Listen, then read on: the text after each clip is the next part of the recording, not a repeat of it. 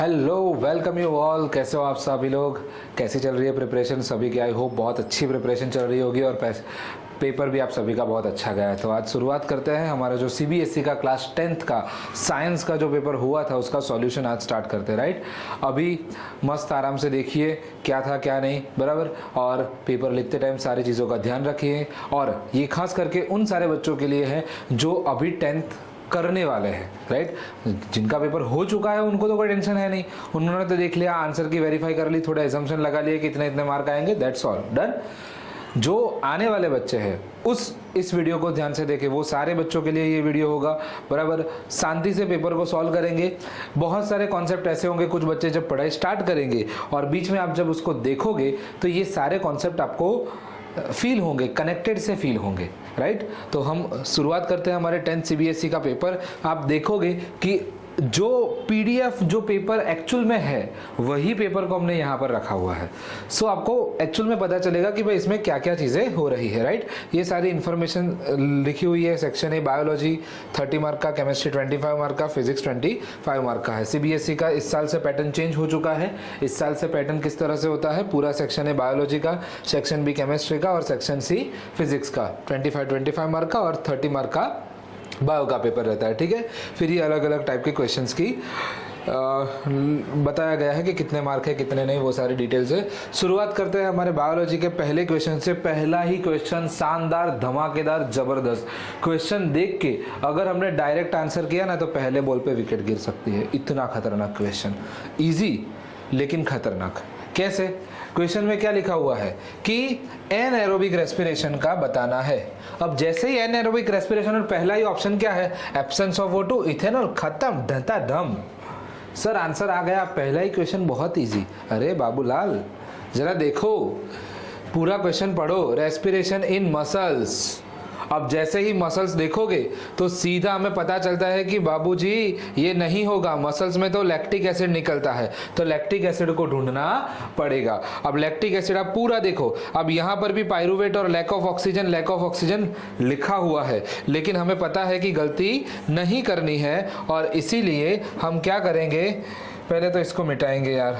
चलो जल्दी से जाओ, चलो जाओ जाओ जाओ जाओ जाओ जाओ जाओ, डन, बराबर। तो इथेनॉल गिवन है, इथेनॉल तो यहाँ पर प्रेजेंट होता है, ये वाला ऑप्शन आएगा नहीं, तो सही ऑप्शन क्या हो जाएगा आपका डी। ग्लूकोज जो है वो पायरुवेट में कन्वर्ट होता है, देन लैक ऑफ ऑक्सीजन से क्या बनेगा, लैक्टिक एसिड बनता है। राइट, पहला ही क्वेश्चन था, शांति से। ये इंडिकेट करता है कि जब आप पेपर सॉल्व करो तो दिमाग को ठंडा रख के सॉल्व करिए, बराबर। चलिए आगे बढ़ते हैं। आगे फिर पहले शांति से, फिर दूसरा नॉर्मल क्वेश्चन कि नॉन बायोडिग्रेडेबल पॉल्यूटेंट कौन सा है, देखते ही पता चल जाएगा, डीडीटी है। अब कुछ बच्चों को अगर डीडीटी ना पता हो कोई बात नहीं, लेकिन ये पता होना चाहिए कि पेपर वुड और वेजिटेबल्स जो है वो तो बायोडिग्रेडेबल है। दैट मीन्स कि ये जो है वो क्या हो जाएगा, हमारा नॉन बायोडिग्रेडेबल एक केमिकल है जो पेस्टिसाइड्स के लिए यूज होता है। राइट, चलिए इकोसिस्टम में मैक्सिमम नंबर किस चीज के होते हैं? मैक्सिमम नंबर आप अगर पिरामिड को देखो तो मैक्सिमम कहां पर होगा, तो कि सर मैक्सिमम नीचे होता है, बेस में, और वो क्या होता है तो कि प्रोड्यूसर्स होता है। तो हमारा थर्ड क्वेश्चन का आंसर क्या हो जाएगा, प्रोड्यूसर्स हो जाएगा। क्लियर हो गई इतनी बात? तो सेकंड का बी और थर्ड का ए आंसर, जो हमारे पास पेपर सेट है उस हिसाब से ये जा रहा है, हो गया। फोर्थ वाले क्वेश्चन के पास जाते हैं। क्या है क्वेश्चन, क्या पूछ रहा है कि आइडेंटिफाई द पार्ट कि जो कंट्रोल करता है, क्या कंट्रोल करता है बेटा, तो वो कंट्रोल करता है closing and opening of the stomata. तो ये closing and opening of the stomata को कंट्रोल करने वाला कौन होता है, गार्ड सेल्स होता है। तो सीधा हमारे पास ये आंसर ये निकल के आता है। क्लियर? चलिए कोई कंफ्यूजन, बराबर, चलो डन। ये वाला यहाँ पर लिखा हुआ है ना सेक्शंस, कौन सा पेपर है ये। चलिए आगे बढ़ते हैं। इनकरेक्ट। अब ये वाले जो क्वेश्चंस आते हैं ना, ज़्यादातर कंफ्यूजिंग क्वेश्चंस होते हैं। कैसे कि ये वाले जो क्वेश्चंस होते हैं उनमें लिखा होता है इनकरेक्ट स्टेटमेंट करो या करेक्ट स्टेटमेंट करो, बराबर, इस तरह से चीज़ें लिखी हुई होती है। अब दिक्कत क्या है इसमें कि हम ये भूल जाते हैं कि ये करेक्ट है या इनकरेक्ट है। तो ऐसा सर्कल कर दो पहले तो, बराबर, कि भाई ये इनकरेक्ट स्टेटमेंट है, बराबर।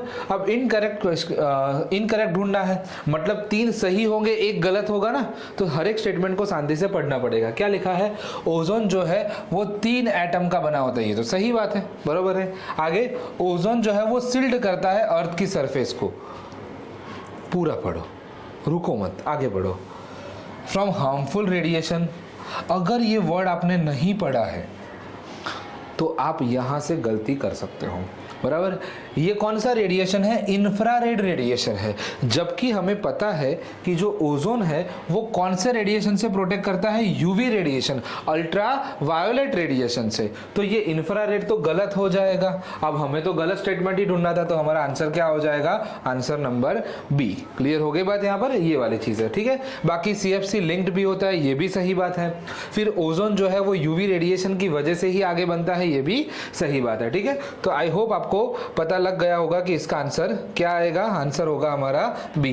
तो ये इनकरेक्ट स्टेटमेंट ध्यान रखना था और इसमें, और ये इंफ्रारेड जो वर्ड था उसको पकड़ना था। बाबू अगर आप इसको नहीं पकड़े ना तो समझ जाना फिर क्या होगा, बराबर। फिर रिजल्ट आपको पकड़ लेगा, है ना। चलो आगे बढ़ते हैं। नेक्स्ट क्या है? ह्यूमन बीइंग के अंदर, अब ये भी खतरनाक क्वेश्चन इतने सिंपल रखे हैं इस बार CBSE ने कि क्वेश्चन सिंपल रखे। मैंने मेरी लैंग्वेज में, अगर आप मेरे पहले वीडियो फॉलो करे होंगे तो मैं बोलता हूं कि भाई ये जो है ना, ये गूगली क्वेश्चंस होते हैं, बराबर। गूगली क्वेश्चंस है। कौन से क्वेश्चन है? गूगली। कि गेंद जो है ना वो एकदम इजी लगती है लेकिन है बड़ी चालाक, बराबर। देखो बहुत मस्त क्वेश्चन है। ह्यूमन बीइंग के अंदर क्या होता है? जो इम्प्लांटेशन होता है फर्टिलाइज्ड एग का, that is take place in which part of the female reproductive system. अब पूरा क्वेश्चन अगर आपको थोड़ा बहुत अंदाजा है थोड़ी सिस्टम के बारे में, तो ओवरी में से एग रिलीज होता है और वो एग जो है वो आगे ओविडक्ट में होता है, और फिर जब फर्टिलाइजेशन हो जाता है फिर ओविडक्ट से ट्रांसफर होके वो इम्प्लांट होता है कहां पर? यूटेरस के अंदर। तो आंसर सी आ जाएगा, बराबर। तो बहुत ध्यान से क्वेश्चंस को करना। ये इम्प्लांटेशन, ये एनसीईआरटी की लाइन में डिट्टो लाइन लिखी हुई है कि जो यूटेरस है वो यूटेरस क्या करता है? यूटेरस में जो है वो जाइगोट का इम्प्लांटेशन होता है। क्लियर हो गई बात यहाँ पर? चलिए तो डन, ये एक चीज कंप्लीट हो गई। चलो तो ये एक ध्यान रखने वाला क्वेश्चन। चलो आगे बढ़े। नेक्स्ट क्वेश्चन है, ये भी बहुत प्यारा क्वेश्चन है, राइट। कि जब ह्यूमन बीइंग के अंदर स्पर्म में वाई क्रोमोसोम्स होते हैं, बराबर। अब जब ये वाई क्रोमोसोम्स कंबाइन हो जाता है तो जाइगोट के अंदर टोटल नंबर ऑफ क्रोमोसोम कितने होंगे? अब जब पूछा गया है कि भाई कितने नंबर के क्रोमोसोम्स होंगे और ये वाई पूछा गया है, तो ये एक्स वाला ऑप्शन और ये एक्स वाला ऑप्शन तो आएगा नहीं। अब बचा कौन? ये और ये। अब नंबर्स टोटल कितने होते हैं? तो कि सर जी टोटल इतने होते हैं। तो सही आंसर हो जाएगा answer number C, 44 plus X and Y chromosome आ जाएगा, ठीक है। चलिए आगे केस स्टडीज, नहीं सॉरी AR क्वेश्चंस है। AR क्वेश्चंस में ऑप्शंस देख लीजिएगा, वही होते हैं true and false, correct explanation, not correct explanation. A true होता है, R गलत है, A गलत है, R सही है, बराबर। यही होता है। अब इस क्वेश्चंस को अटेम्प्ट करने की स्ट्रेटेजी क्या है? पहले ये देखना चाहिए कि ए वाले को देखो क्या वो सही है, तो फिर बी पर जाओ, बराबर। ए वाले को देखो, अगर वो सही है तो बी पर जाओ, मतलब आर पर जाओ। अगर आर वाला भी सही है तो फिर एक स्ट्रेटेजी करनी पड़ेगी। क्या करना पड़ेगा कि आपको ये पूछना पड़ेगा कि जब ये सही होता है तो उसको पूछो कि भाई क्यों, ये क्यों हुआ, बराबर। ये जो सेंटेंस है, असर्शन एक सेंटेंस है, वो क्यों हुआ भाई, ये क्यों हो गया। तो ये क्यों का आंसर अगर आपको यहाँ आर में मिलता है, दैट मीन्स कि आपका ऑप्शन हो जाएगा ए। अगर क्यों का आंसर नहीं मिलता है, दोनों सही है लेकिन क्यों का आंसर नहीं मिला, तो आ जाएगा ऑप्शन नंबर बी। और बाकी सी और डी में तो डायरेक्ट ही है कि अगर कोई एक गलत होगा तो ये आपको पता चली जाएगा, ठीक है। यहाँ पर समझते हैं क्या है, बैक्टीरिया विथस्टैंड करते हैं हीट वेव से, तो वो बेटर बन जाते हैं हीट वेव से, सही बात है, बराबर। आगे अगर variations, accumulation of the variation जो है वो इंक्रीज होता है, इंक्रीज करता है, क्या इंक्रीज करेगा, तो कि chances of the survival of the changing environment, बराबर। तो आपको फील आ रहा होगा कि सर ये भी बात सही है, ये भी बात सही है। वेरिएशन का जो एक हेरिडिटी वाले चैप्टर के स्टार्टिंग में ही ये वाली चीज़ बताई गई है कि जो वेरिएशन होता है एक ऑर्गेनिज्म से दूसरे ऑर्गेनिज्म में अगर रिप्रोडक्शन हो तो वो रिप्रोडक्शन की वजह से कुछ एरर आएगा और वो एरर वेरिएशन की ओर ले जाएगा। और ये जो वेरिएशन है वो वेरिएशन क्या करेगा, ये वेरिएशन काम में लगेगा सर्वाइवल के लिए, राइट। आपको हेल्प मिलेगी सर्वाइवल के लिए। तो बैक्टीरिया जो कि गर्मी को विथस्टैंड करते हैं, क्यों कर पाते हैं, क्योंकि वेरिएशन हुआ होगा इसीलिए, राइट। तो यहाँ पर आपका ऑप्शन क्या बन जाएगा, option number A correct explanation है, ठीक है। चलिए तो 8th का आंसर मिल गया हमें। आगे बढ़ते हैं। One of the other iodine की डेफिशिएंसी अगर हमारे डाइट में होती है तो हमें गोइटर होता है, ये पता है हमें, राइट। क्यों होता है? तो कि क्यों होता है? सो दैट कि आयोडीन की डेफिशिएंसी से क्यों गोइटर होता है, उसका रीज़न क्या होगा? रीज़न ये होगा कि थायराइड ग्लैंड में से थायरोक्सिन रिलीज नहीं होगा, और अगर थायरोक्सिन रिलीज नहीं होगा तो गोइटर हो सकता है, बराबर। अब हमें क्या बोला गया है कि गोइटर का सिम्टम्स क्या है? कि स्वेलिंग ऑफ द नेक। अब ये क्वेश्चन समझिए, दोनों स्टेटमेंट सही है, बराबर, कि गोइटर में नेक स्वेल हो जाती है और वो आयोडीन की डेफिशिएंसी से होता है। लेकिन क्या हमें बताता है कि आयोडीन की डेफिशिएंसी से गोइटर होता है? हाँ, बराबर है। क्यों होता है? क्योंकि आयोडीन नहीं होगा तो थायरोक्सिन नहीं रिलीज होगा, और थायरोक्सिन नहीं रिलीज होगा तो हमारी ये जो थायराइड ग्लैंड्स है, that thyroid glands will lead us to increasing और अनकंट्रोल्ड ग्रोथ। और ये अनकंट्रोल्ड ग्रोथ की वजह से क्या होगा?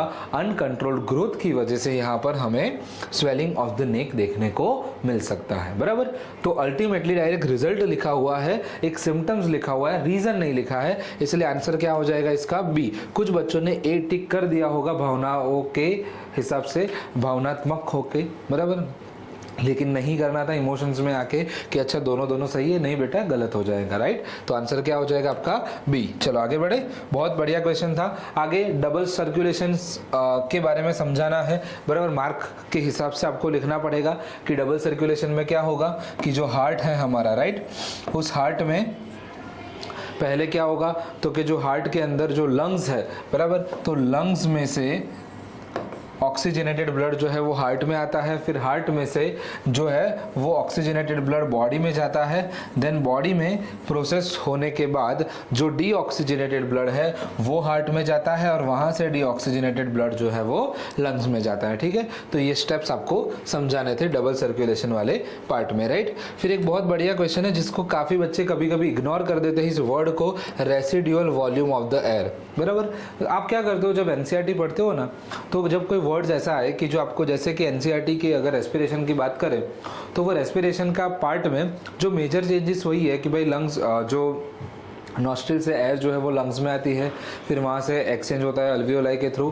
कार्बन डाइऑक्साइड डिजोल्व फॉर्म में आता है ब्लड में, और ऑक्सीजन जो है कैपिलरी जो होती है अल्वियोलाई में से, वहाँ से ऑक्सीजनेटेड ब्लड जो है, मतलब वो जो ऑक्सीजन है वो ब्लड के थ्रू चला जाता है। तो ओवरऑल स्टोरी तो यही है। उसमें कुछ कुछ दो तीन चीज़ें थी जो हम मिस कर देते हैं, क्योंकि ये पूरी स्टोरी के अंदर एकदम छुपा हुआ पार्ट होता है, कि जहाँ पर लिखा होता है कि एक मैकेनिज्म लिखी है कि जैसे ही हम एयर अंदर क्यों आती है, रिब्स ऊपर चले जाते हैं, डायफ्राम फ्लैट हो जाता है, उसके बाद के ही पॉइंट में लिखा हुआ है कि रेसिडुअल वॉल्यूम क्या होता है, और वहाँ पर मेंशन भी किया हुआ है, आगे ही लिखा हुआ है, उसी सेंटेंस में आगे ही लिखा हुआ है कि रेसिडुअल वॉल्यूम क्या काम करेगा। रेसिडुअल वॉल्यूम अगर रहेगा so that it get the time to absorption for the oxygen. Oxygen के एब्जॉर्प्शन के लिए हमेशा कुछ ना कुछ अमाउंट के रेसिडुअल वॉल्यूम जो है एयर का वो रहता ही है, लेकिन हम नहीं समझ पाते तो हम क्वेश्चन का पूरा सेंटेंस ही इग्नोर कर देते हैं। ये नहीं करना है, ये चीज़ आपको हमेशा ध्यान में रखनी है, ठीक है। तो 11th वाले चीज़ बहुत बढ़िया क्वेश्चन था, रेसिडुअल वॉल्यूम के बारे में समझा रहा था, राइट। अगर आपने डायग्राम की अच्छी प्रैक्टिस करी है तो ये क्वेश्चंस आपको डायरेक्ट आ जाएगा। मैंने बोला था ना, मैं क्लास में हम बार बार बोल रहे थे कि आपको एनसीईआरटी करनी होती है, एनसीईआरटी करनी होती है, तो ये एनसीईआरटी के ही डायरेक्ट क्वेश्चन है। ये क्या बता देगा तो कि सर यहाँ पर रिसेप्टर होंगे हाथ के पास, और यहाँ से जो है वो इन्फॉर्मेशन जो है वो कहाँ जा रही है, स्पाइनल कॉर्ड के पास। तो ये जो होगा वो हमारा क्या हो जाएगा, ये हमारा सेंसरी न्यूरॉन हो जाएगा, ये जो है वो क्या हो जाएगा, हमारा रिसेप्टर हो जाएगा, राइट, जहाँ से चीज़ें रिसीव होती है, इम्पल्स जो है वो रिसीव होता है, वहाँ से ये पार्ट में जाएगा, जहाँ पर ये वाला पार्ट जो है वो क्या हो जाएगा, ये वाला जो पार्ट हो जाएगा वो है रिले न्यूरॉन, और यहाँ से ये एस के थ्रू जाएगा, तो ये क्या हो जाएगा, that will be your motor neuron, right. Clear है इतनी चीज़ें। तो ये PQRS के नाम बताने थे, और कुछ है इन्फॉर्मेशन, आइडेंटिफाई एंड लेबल ही करना है, ठीक है। तो लेबल कर दोगे आप अच्छे से, डन। तो ये चीज़ अगर आपने करी होगी तो डायरेक्ट 2 मार्क का क्वेश्चन है, सीधे आपको मिल जाएगा। अगेन वैसे ही एक सिंपल क्वेश्चन है, और में ही है ये क्वेश्चन, बोला गया है प्लांट हॉर्मोन्स के नाम ही बताने हैं। सेल डिवीजन के लिए क्या होगा, साइटोकाइनिन्स। फिर ग्रोथ को इनहिबिट करने के लिए मतलब कि रोकने के लिए कौन सा हार्मोन होता है, एब्सिसिक एसिड, बराबर, और उसकी इफेक्ट क्या होती है, विल्टिंग ऑफ लीव्स। तो एक ही चीज यहाँ पर आ जाएगी। डिटेक्शन ऑफ लाइट कौन करेगा, ऑक्सिन, और अगेन इसमें क्या आ जाएगा, एब्सिसिक एसिड, बराबर। तो इसमें साइटोकाइनिन, इसमें और इसमें एब्सिसिक एसिड, और इसमें क्या आएगा, ऑक्सिन आएगा। क्लियर, इतनी चीजें हमें करनी है। डन, आगे बढ़ते हैं नेक्स्ट पेज की ओर।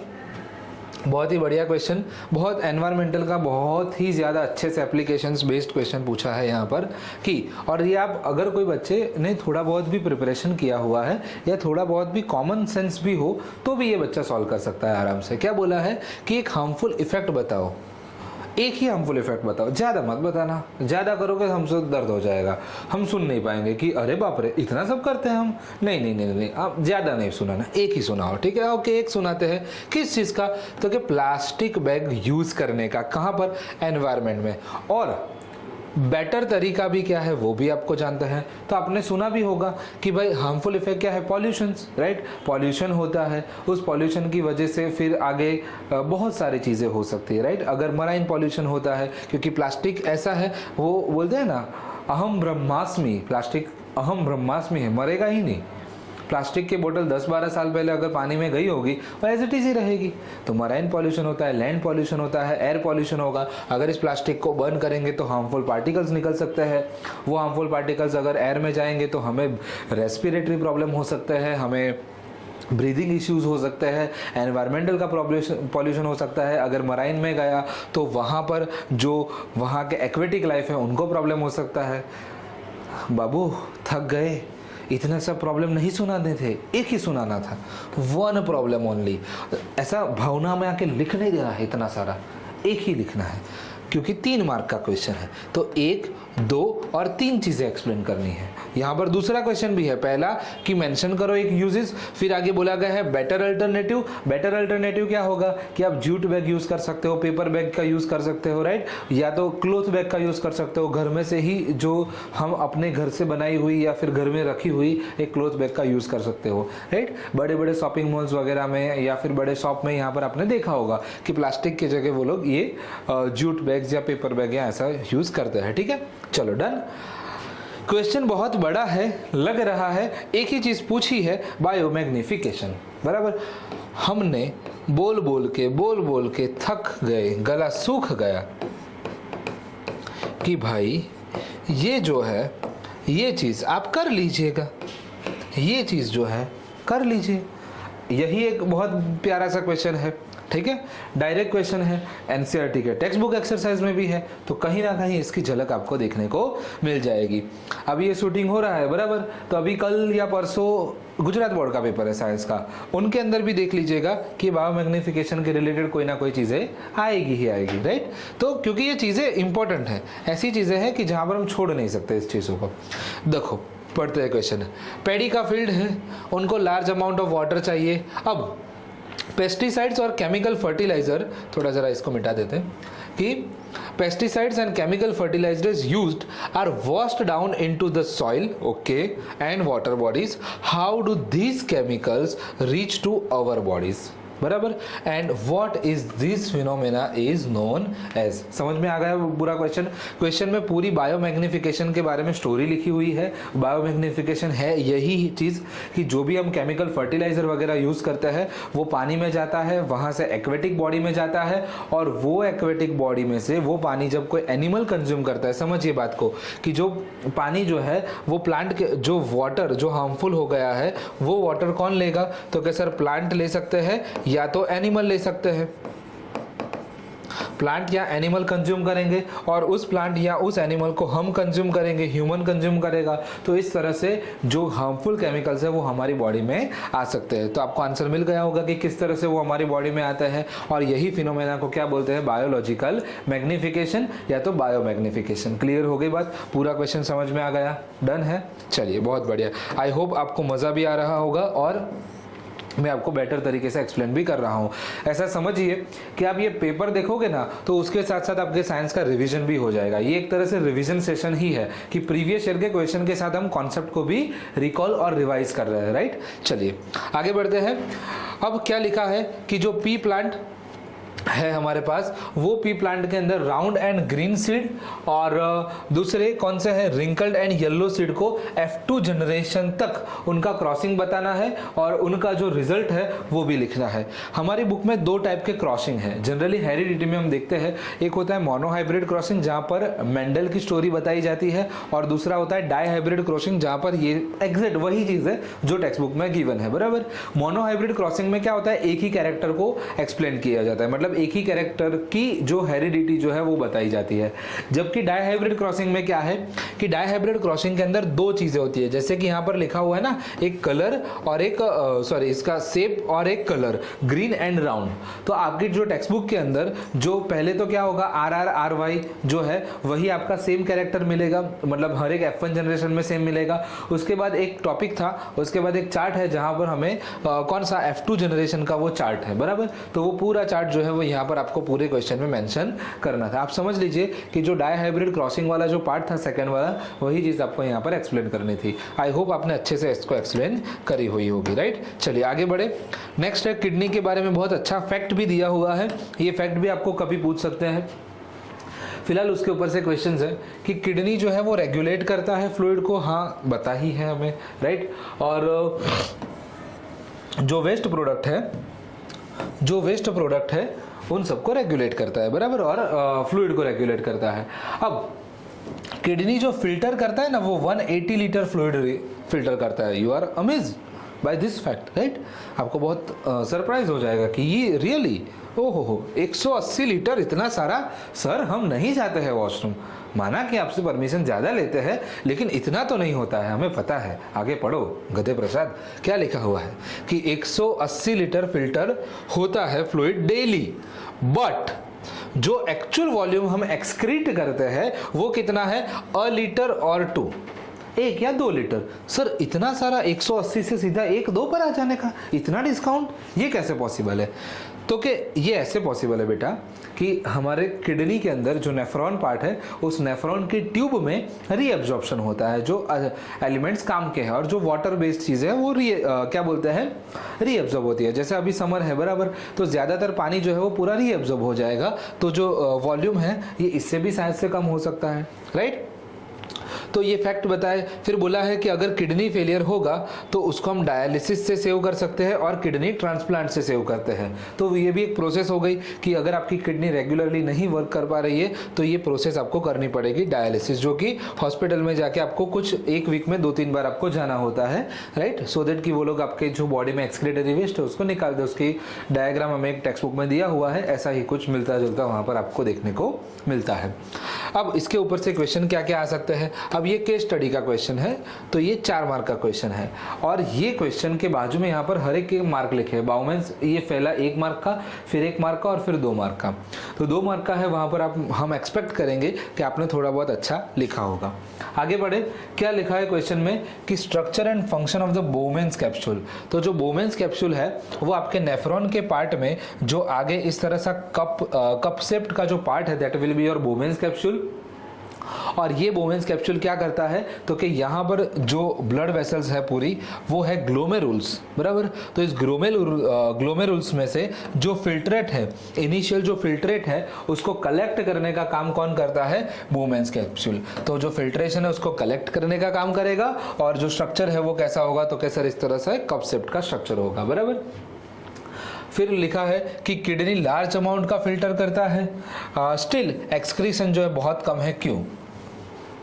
समझा ना, जस्ट अभी समझाया था कि जो ज्यादातर चीजें क्या हो जाती है, रीअब्जॉर्ब हो जाती है, इसकी वजह से, बराबर। चलो आगे, एक्सक्रीशन क्या है और वो क्यों नेसेसरी है लिविंग ऑर्गेनिजम्स के लिए। तो एक्सक्रीशन क्या है कि जो भी हमारा मेटाबॉलिक वेस्ट होता है, उस मेटाबॉलिक वेस्ट को रिमूव करने की जो प्रोसेस है, that is known as the excretion.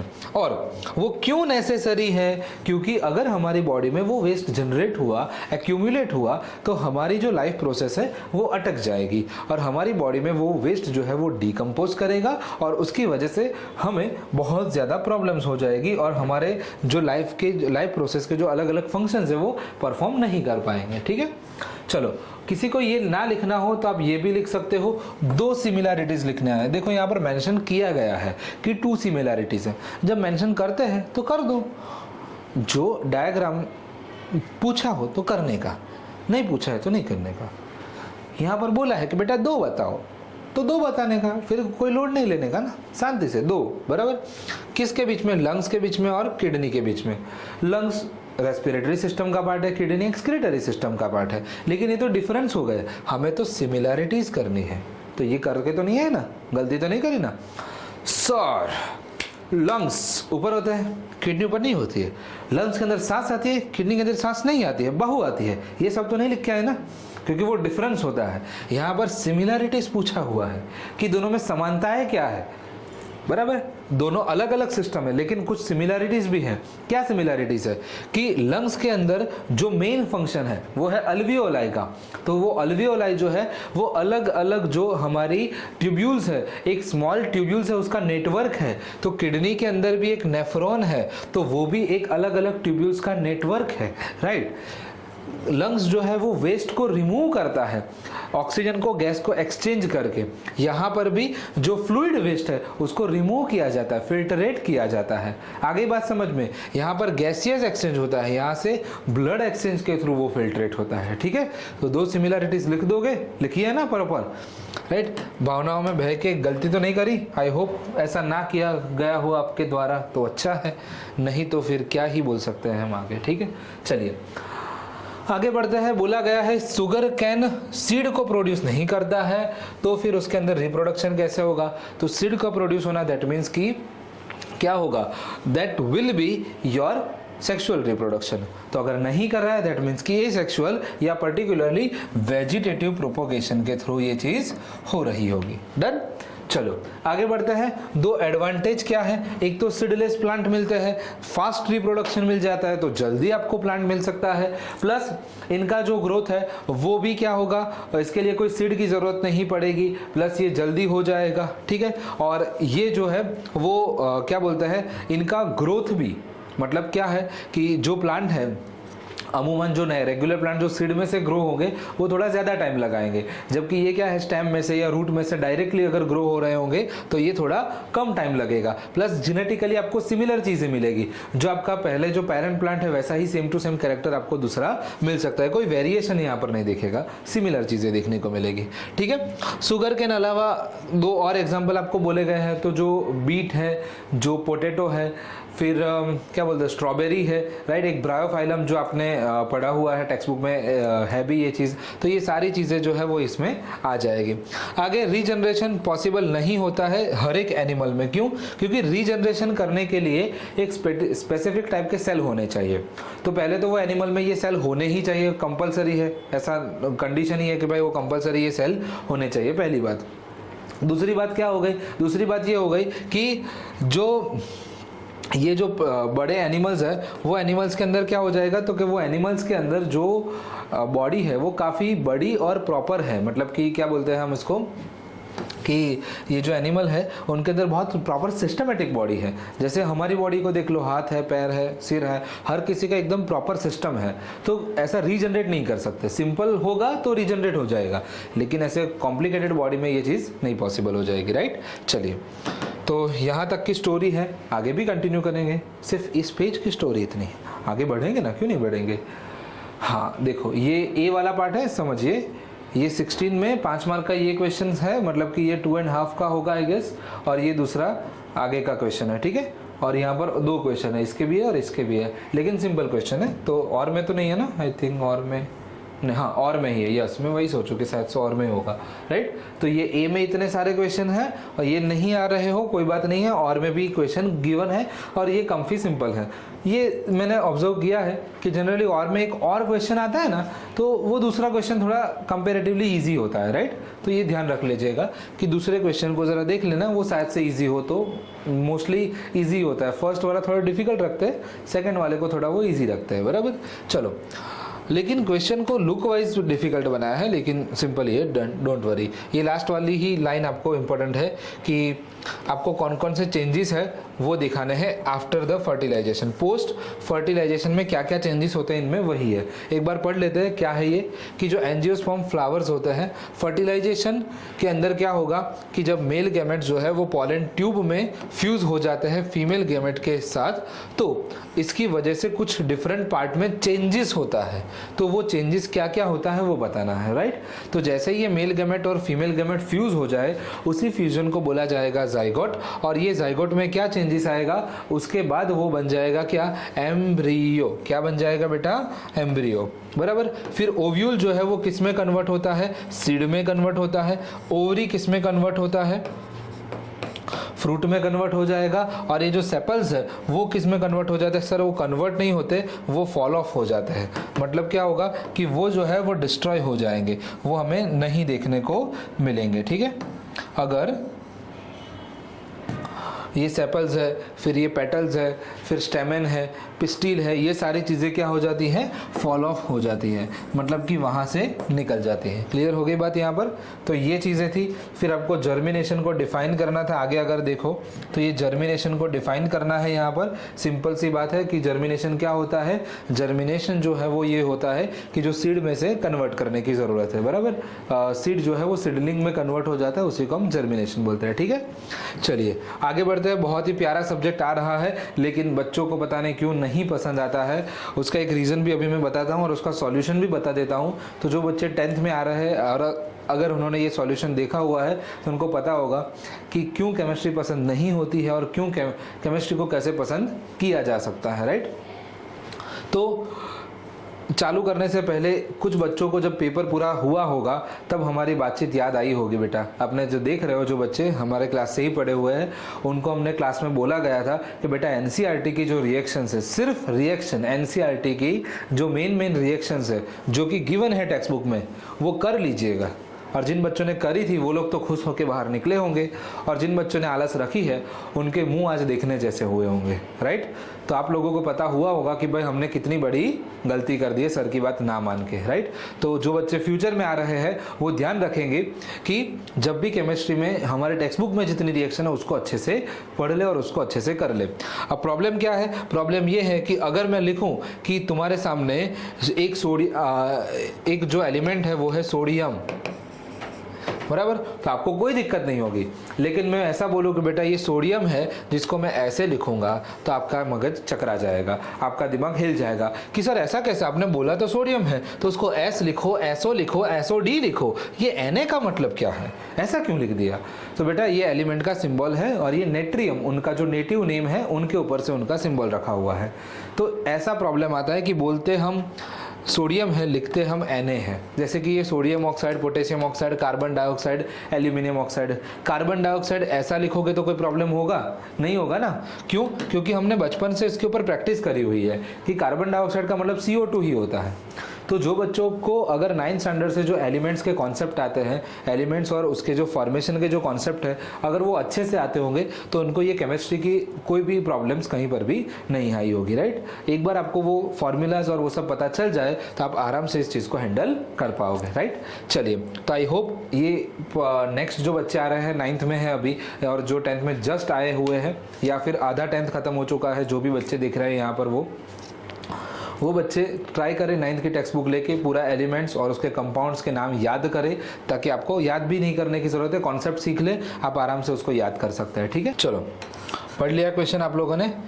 देखते हैं क्या है कि एम्फोटेरिक ऑक्साइड क्या हो सकता है। तो हमने पढ़ा हुआ है डायरेक्ट ही एग्जाम क्या बोलते हैं, एक स्टेटमेंट ही है टेक्स्ट बुक का कि ये जो एल्यूमिनियम ऑक्साइड है वो और जिंक ऑक्साइड जो है वो दोनों ही क्या है, एम्फोटेरिक ऑक्साइड है, जो कि एसिड और बेस दोनों के साथ रिएक्ट करते हैं, ठीक है। तो आंसर इसका क्या हो जाएगा, एल्यूमिनियम ऑक्साइड। मैंने बताया ना NCERT is your best, like NCERT को पढ़ो, एनसीईआरटी को लगा डाला तो लाइफ झिंगा लाला, वैसे ही बात है बेटा, बराबर। चलो आगे बढ़े। क्या है कि will not undergo the addition reaction. Addition reaction के अंदर कौन नहीं करता है, तो एडिशन रिएक्शन का कंसेप्ट पता होना चाहिए। मैंने बोला ना रिएक्शंस जो क्वेश्चंस है और सॉरी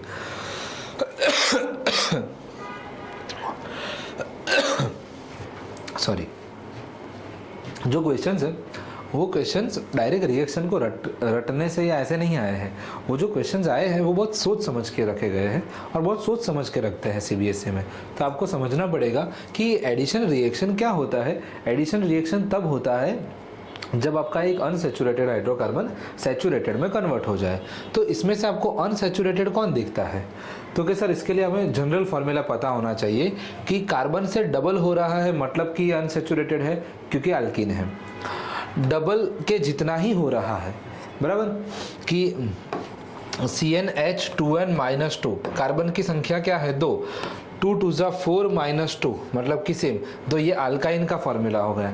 कार्बन के नंबर से डबल हो जाता है मतलब कि ये अल्कीन का फॉर्मूला हो गया CnH2n। तो ये भी अनसैचुरेटेड, ये भी अनसैचुरेटेड। यहाँ पर भी डबल हो गया ना, C2H4 डबल हो गया मतलब कि अगेन ये अल्कीन हो गया। लेकिन यहाँ पर देखो डबल, 3 का डबल क्या हो जाएगा? CnH2n। 3 का डबल क्या हो जाएगा? 6 + 2 मतलब कि क्या हो गया? ये 8। दैट मीन्स कि ये किसका फॉर्मूला हो गया बेटा? अल्केन का फॉर्मूला हो गया। तो ये अल्केन का फॉर्मूला है जो कि एक सैचुरेटेड हाइड्रोकार्बन है। हमें तो एडिशन रिएक्शन के लिए अनसैचुरेटेड चाहिए। तो अनसैचुरेटेड के आंसर्स में तो ये सारे गिवन ही है। तो कौन नहीं जाएगा? तो कि सैचुरेटेड मतलब आंसर आपका क्या हो जाएगा बेटा? आंसर आपका हो जाएगा question answer number question number 18 answer C. Clear हो गई बात यहाँ पर? डन। क्यों होता है वो लॉजिक भी आपको पता चल रहा होगा। आई होप आप समझ पा रहे होंगे, राइट। बहुत बढ़िया है। पहले ही पेज पर आपको ये डायग्राम दिख जाएगा कि मैग्नीशियम रिबिन के अंदर डेजलिंग वाइट फ्लेम होती है और कुछ चेंजेस होते हैं, उसके बारे में बताया हुआ है, राइट। तो ये तो बेसिक बातें हो गई। मेन जो है वो यहाँ पर है कि अगर हम पाउडर को वाटर में डिसॉल्व करते हैं, बराबर, पाउडर को वाटर में अगर डिसॉल्व करते हैं तो क्या होता है? तो पहले उसका केमिकल फॉर्मूला मतलब कि क्या बना? तो कि ये मैग्नीशियम ऑक्साइड बनता है। मैंने बोला ना, अभी जस्ट बोला कि 9th का कॉन्सेप्ट यूज होगा।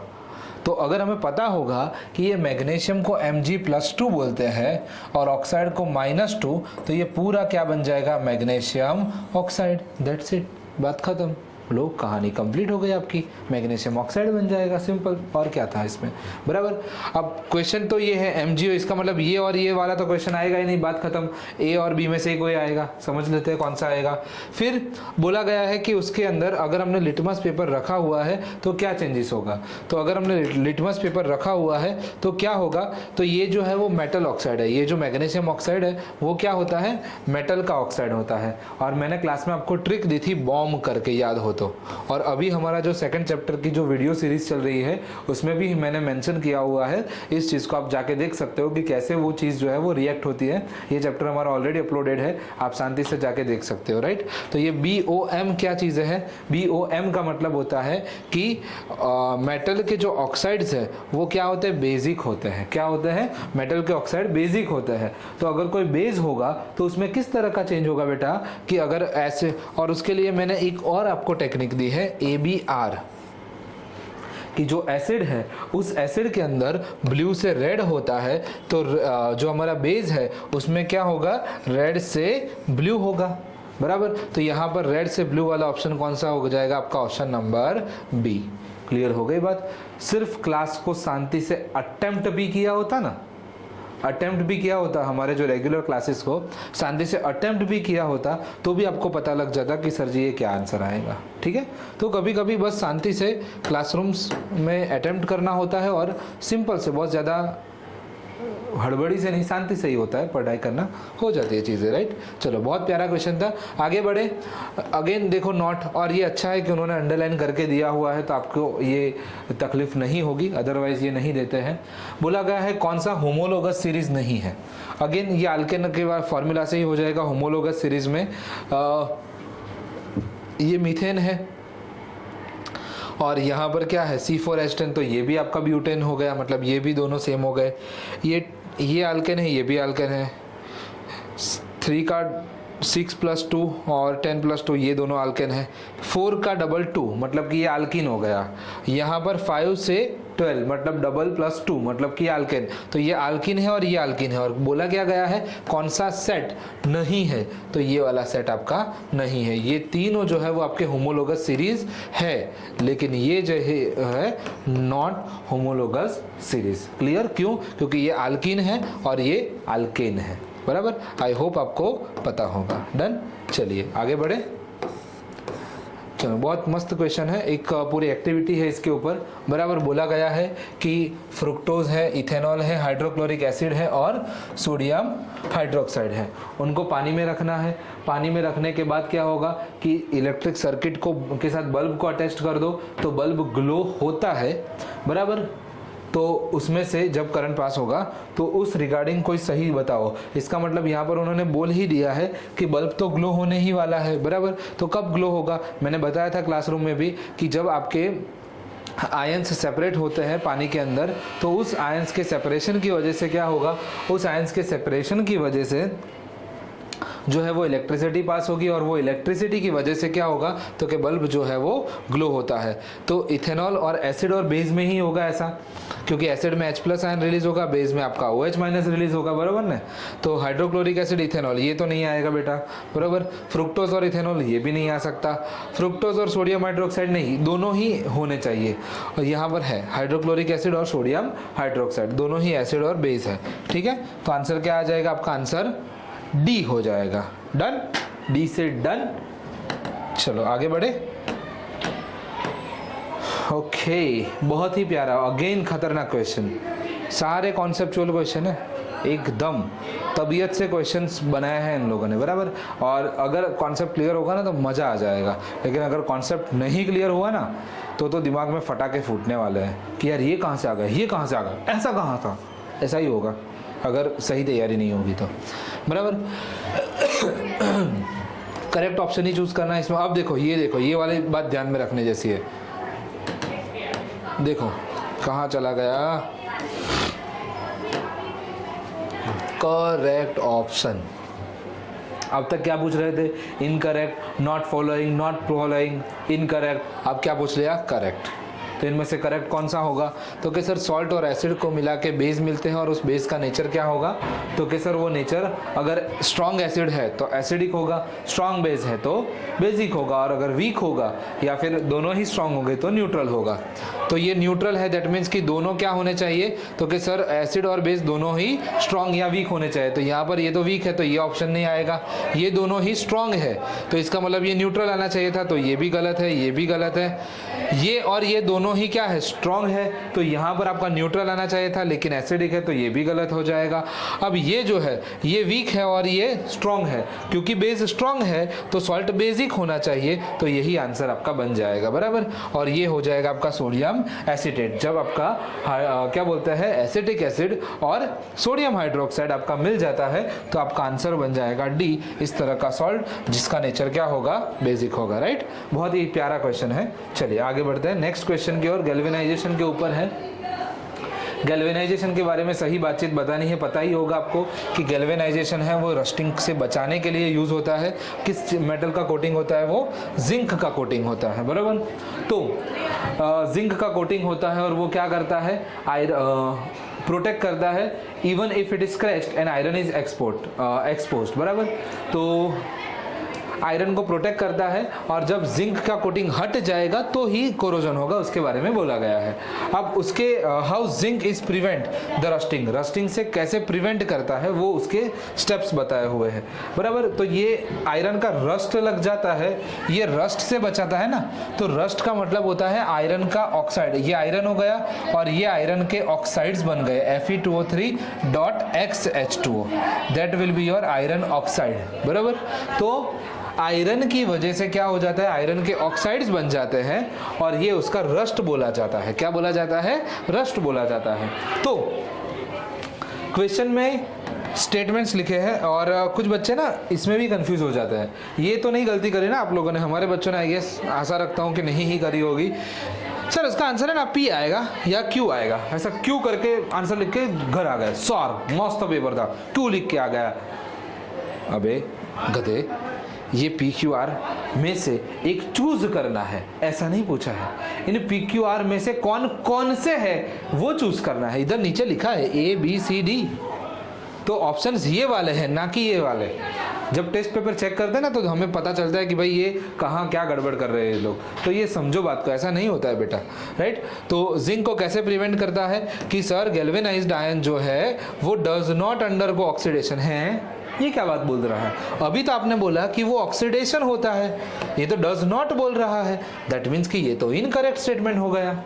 और हमें क्या करना है, हमें तो ट्रू देखना है। देखो इसमें भी हर जगह पर गलत था, इसमें ट्रू बोला गया है, तो आपको सही स्टेटमेंट चूज करना है। तो सही स्टेटमेंट कौन सा? ये तो नहीं आएगा, तो पी वाले सारे ऑप्शंस निकाल दो। ये वाला ऑप्शन निकल गया और ये वाला ऑप्शन भी निकल गया, बराबर। अब बी या सी में से एक आंसर आएगा। सी में आर है, अगर आर सही है तो आंसर सी बन जाएगा। बाकी क्यू तो दोनों में ही है कि भाई जिंक जो है वो प्रिवेंट करता है कॉन्टैक्ट फ्रॉम द एयर। हाँ वो तो सही है, उसमें तो कोई गड़बड़ नहीं है। आर क्या है? It provide continuous protection to iron from the rusting, तो ये वो कंटिन्यूअसली वो प्रोटेक्ट करता ही रहता है। यस, बोला ही गया है कि जब जिंक का स्क्रैच होगा तो ही आयरन के अंदर रस्टिंग लगेगा, अदरवाइज तो ये कंटिन्यूअसली प्रोटेक्ट करता ही जाता है, बराबर। तो आंसर आपका क्या सही हो जाएगा? आंसर हो जाएगा आपका सी की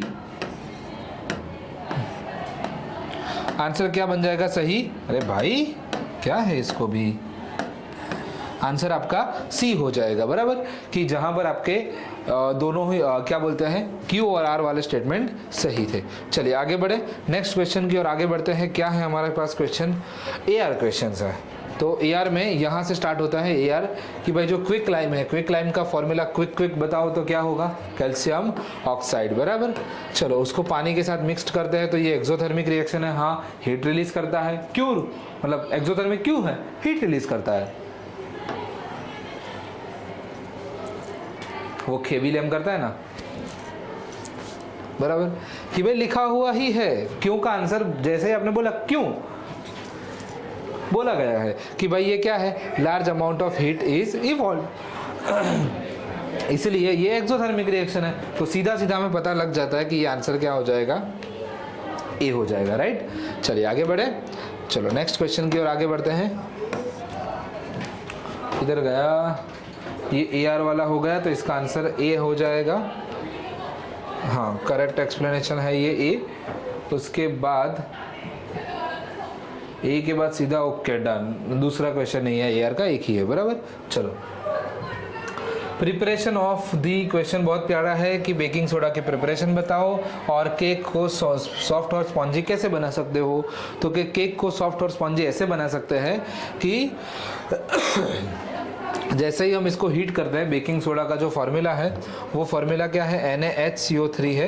वो NaHCO3 को जैसे ही आप गर्म करते हो तो सोडियम कार्बोनेट निकलता है। क्या निकलता है? सोडियम कार्बोनेट निकलता है और वाटर निकलता है। तो ये जो कार्बन डाइऑक्साइड यहाँ पर बाहर रिलीज होता है उसी की वजह से आपको ये स्पॉन्जीनेस देखने को मिलता है, बराबर। दूसरा कि उसकी प्रिपरेशन क्या है? तो ब्राइन वाटर जो है आपका NaCl और वाटर, उसके अंदर अगर आप अमोनिया और कार्बन डाइऑक्साइड ऐड कर दो तो आपको क्या मिल जाएगा? अमोनियम क्लोराइड का सॉल्यूशन मिल जाएगा और आपके बेकिंग सोडा का भी सॉल्यूशन मिल जाएगा, ठीक है। तो ये उसकी प्रिपरेशन थी। इसमें कार्बन डाइऑक्साइड रिलीज होगा तो उसको वो स्पॉन्जी बना देता है, इसके लिए क्लियर।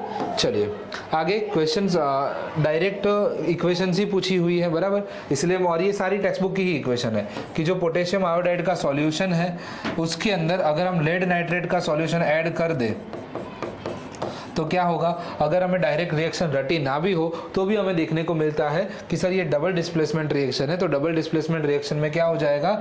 लेड आयोडाइड बन जाएगा और KNO3 बन जाएगा, पोटेशियम नाइट्रेट बन जाएगा, बराबर। जिंक के अंदर अगर हम कॉपर 2 क्लोराइड CuCl2 ऐड करते हैं, अगेन वो डबल डिस्प्लेसमेंट रिएक्शन है तो ये क्या हो जाएगा? सिंगल डिस्प्लेसमेंट रिएक्शन है। तो क्या मिल जाएगा? ZnCl2 प्लस Cu अलग हो जाएगा। सिंपल रिएक्शन है, वैसे ज़्यादा इजी है तो कोई दिक्कत नहीं होगी। ये रिएक्शन भी आपको ये रिएक्शन भी जो है वो आपको टेक्स्ट बुक में भी गिवन है कि जो कॉपर के ऑक्साइड है कौन से कलर के होते हैं, ज़रा कमेंट करके मुझे बताओ। तो कॉपर ऑक्साइड्स कौन से कलर के होते हैं? क्या बोलते हैं? इसको जो बच्चे देख रहे हैं जिन्होंने 10th पास कर लिया है वो बच्चे इसमें कमेंट करेंगे कि यस सर कॉपर ऑक्साइड का कलर क्या होता है, वो बच्चे बताएंगे, बराबर। तो कॉपर ऑक्साइड को जब हम हाइड्रोजन से पास करते हैं तो हमें क्या मिलता है, Cu मिलता है और H2O मिलता है, क्योंकि यहाँ पर कॉपर का जो है वो क्या हो चुका है, रिडक्शन, और हाइड्रोजन का ऑक्सीडेशन हो चुका है, उसी को हम बोलते हैं रेडॉक्स रिएक्शन, बराबर। तो ये चीज है, यहाँ पर आपको ये ध्यान रखना है। और बोला गया है कि उसके सारे इक्वेशंस आपको बैलेंस्ड केमिकल इक्वेशन लिखने हैं। आई होप आपको समझ में आ गया होगा इसमें क्या करना था, ठीक है। आगे बोला गया है कि केमिकल नेम क्या है, किस चीज का, तो क्या पीओपी का। तो पीओपी हमारे केमिकल है जिसका नाम है कैल्शियम सल्फेट हेमीहाइड्रेट। क्या नाम है, हेमीहाइड्रेट, कैल्शियम सल्फेट हेमीहाइड्रेट, जिसका फॉर्मूला भी बोला गया है तो CaSO4 ½ H2O, मतलब कैल्शियम सल्फेट हेमीहाइड्रेट बोला गया है, बराबर। और उसका केमिकल इक्वेशन क्या होगा कि ये जो कैल्शियम सल्फेट हेमीहाइड्रेट है उसकी जगह अगर हम जिप्सम ले ले, कैल्शियम सल्फेट .2H2O, और उसी को हम 373 केल्विन टेम्परेचर पर गर्म कर दे तो वो क्या बन जाएगा, कैल्शियम सल्फेट हेमीहाइड्रेट, मतलब कि आपका वो पीओपी बन जाएगा, ठीक है। चलो क्लियर हो गई, आई होप आपको पता चल गया होगा। आगे बढ़ते हैं कि क्या क्वेश्चन है, बोला गया है 2 यूजेस लिखने हैं पीओपी के। तो पीओपी के यूजेस में क्या आ जाएगा बेटा, वो फ्रैक्चर्ड बोन को रिपेयर करने के लिए यूज होता है, गिफ्ट आर्टिकल्स के लिए यूज होता है, मूर्तियां जो होती है हमारी वो सारी चीजें डेकोरेटिव आइटम्स बनाने के लिए यूज होता है, ये सारी चीजें इसमें आती है, बराबर। चलो आगे बढ़े। और में एक और क्वेश्चन है, मैंने बोला ना, देखो और में जो दूसरा क्वेश्चन है वो इजी आता है, देखो डायरेक्ट ही पूछ लिया है कि एंड के स्टिंग में कौन सा एसिड होता है, मिथेनोइक एसिड होता है। और जब हम एसिड को डाइल्यूट करते हैं तो क्या बोला गया है, it recommended that acid is added to the water. इसके लिए भी हमने वीडियो में ट्रिक दी है, लेक्चर में भी आपको बोला गया है, बराबर। ए कौन सी ट्रिक है आपकी, AAA, बराबर। वो अल्लू अर्जुन है ना, पुष्पा वाला, झुकेगा नहीं, बराबर। तो उसका मूवी आती है ना तो लिखते हैं AA अल्लू अर्जुन, बराबर। तो हम बोलेंगे इधर आओ अल्लू अर्जुन, क्या बोलेंगे, आओ, कौन, अल्लू अर्जुन, नहीं बेटा। ए का मतलब क्या होगा, ऑलवेज ऐड एसिड, क्या होगा, ऑलवेज ऐड एसिड, मतलब कि आपको हमेशा एसिड ही रखना चाहिए, वो पता ही था हमें।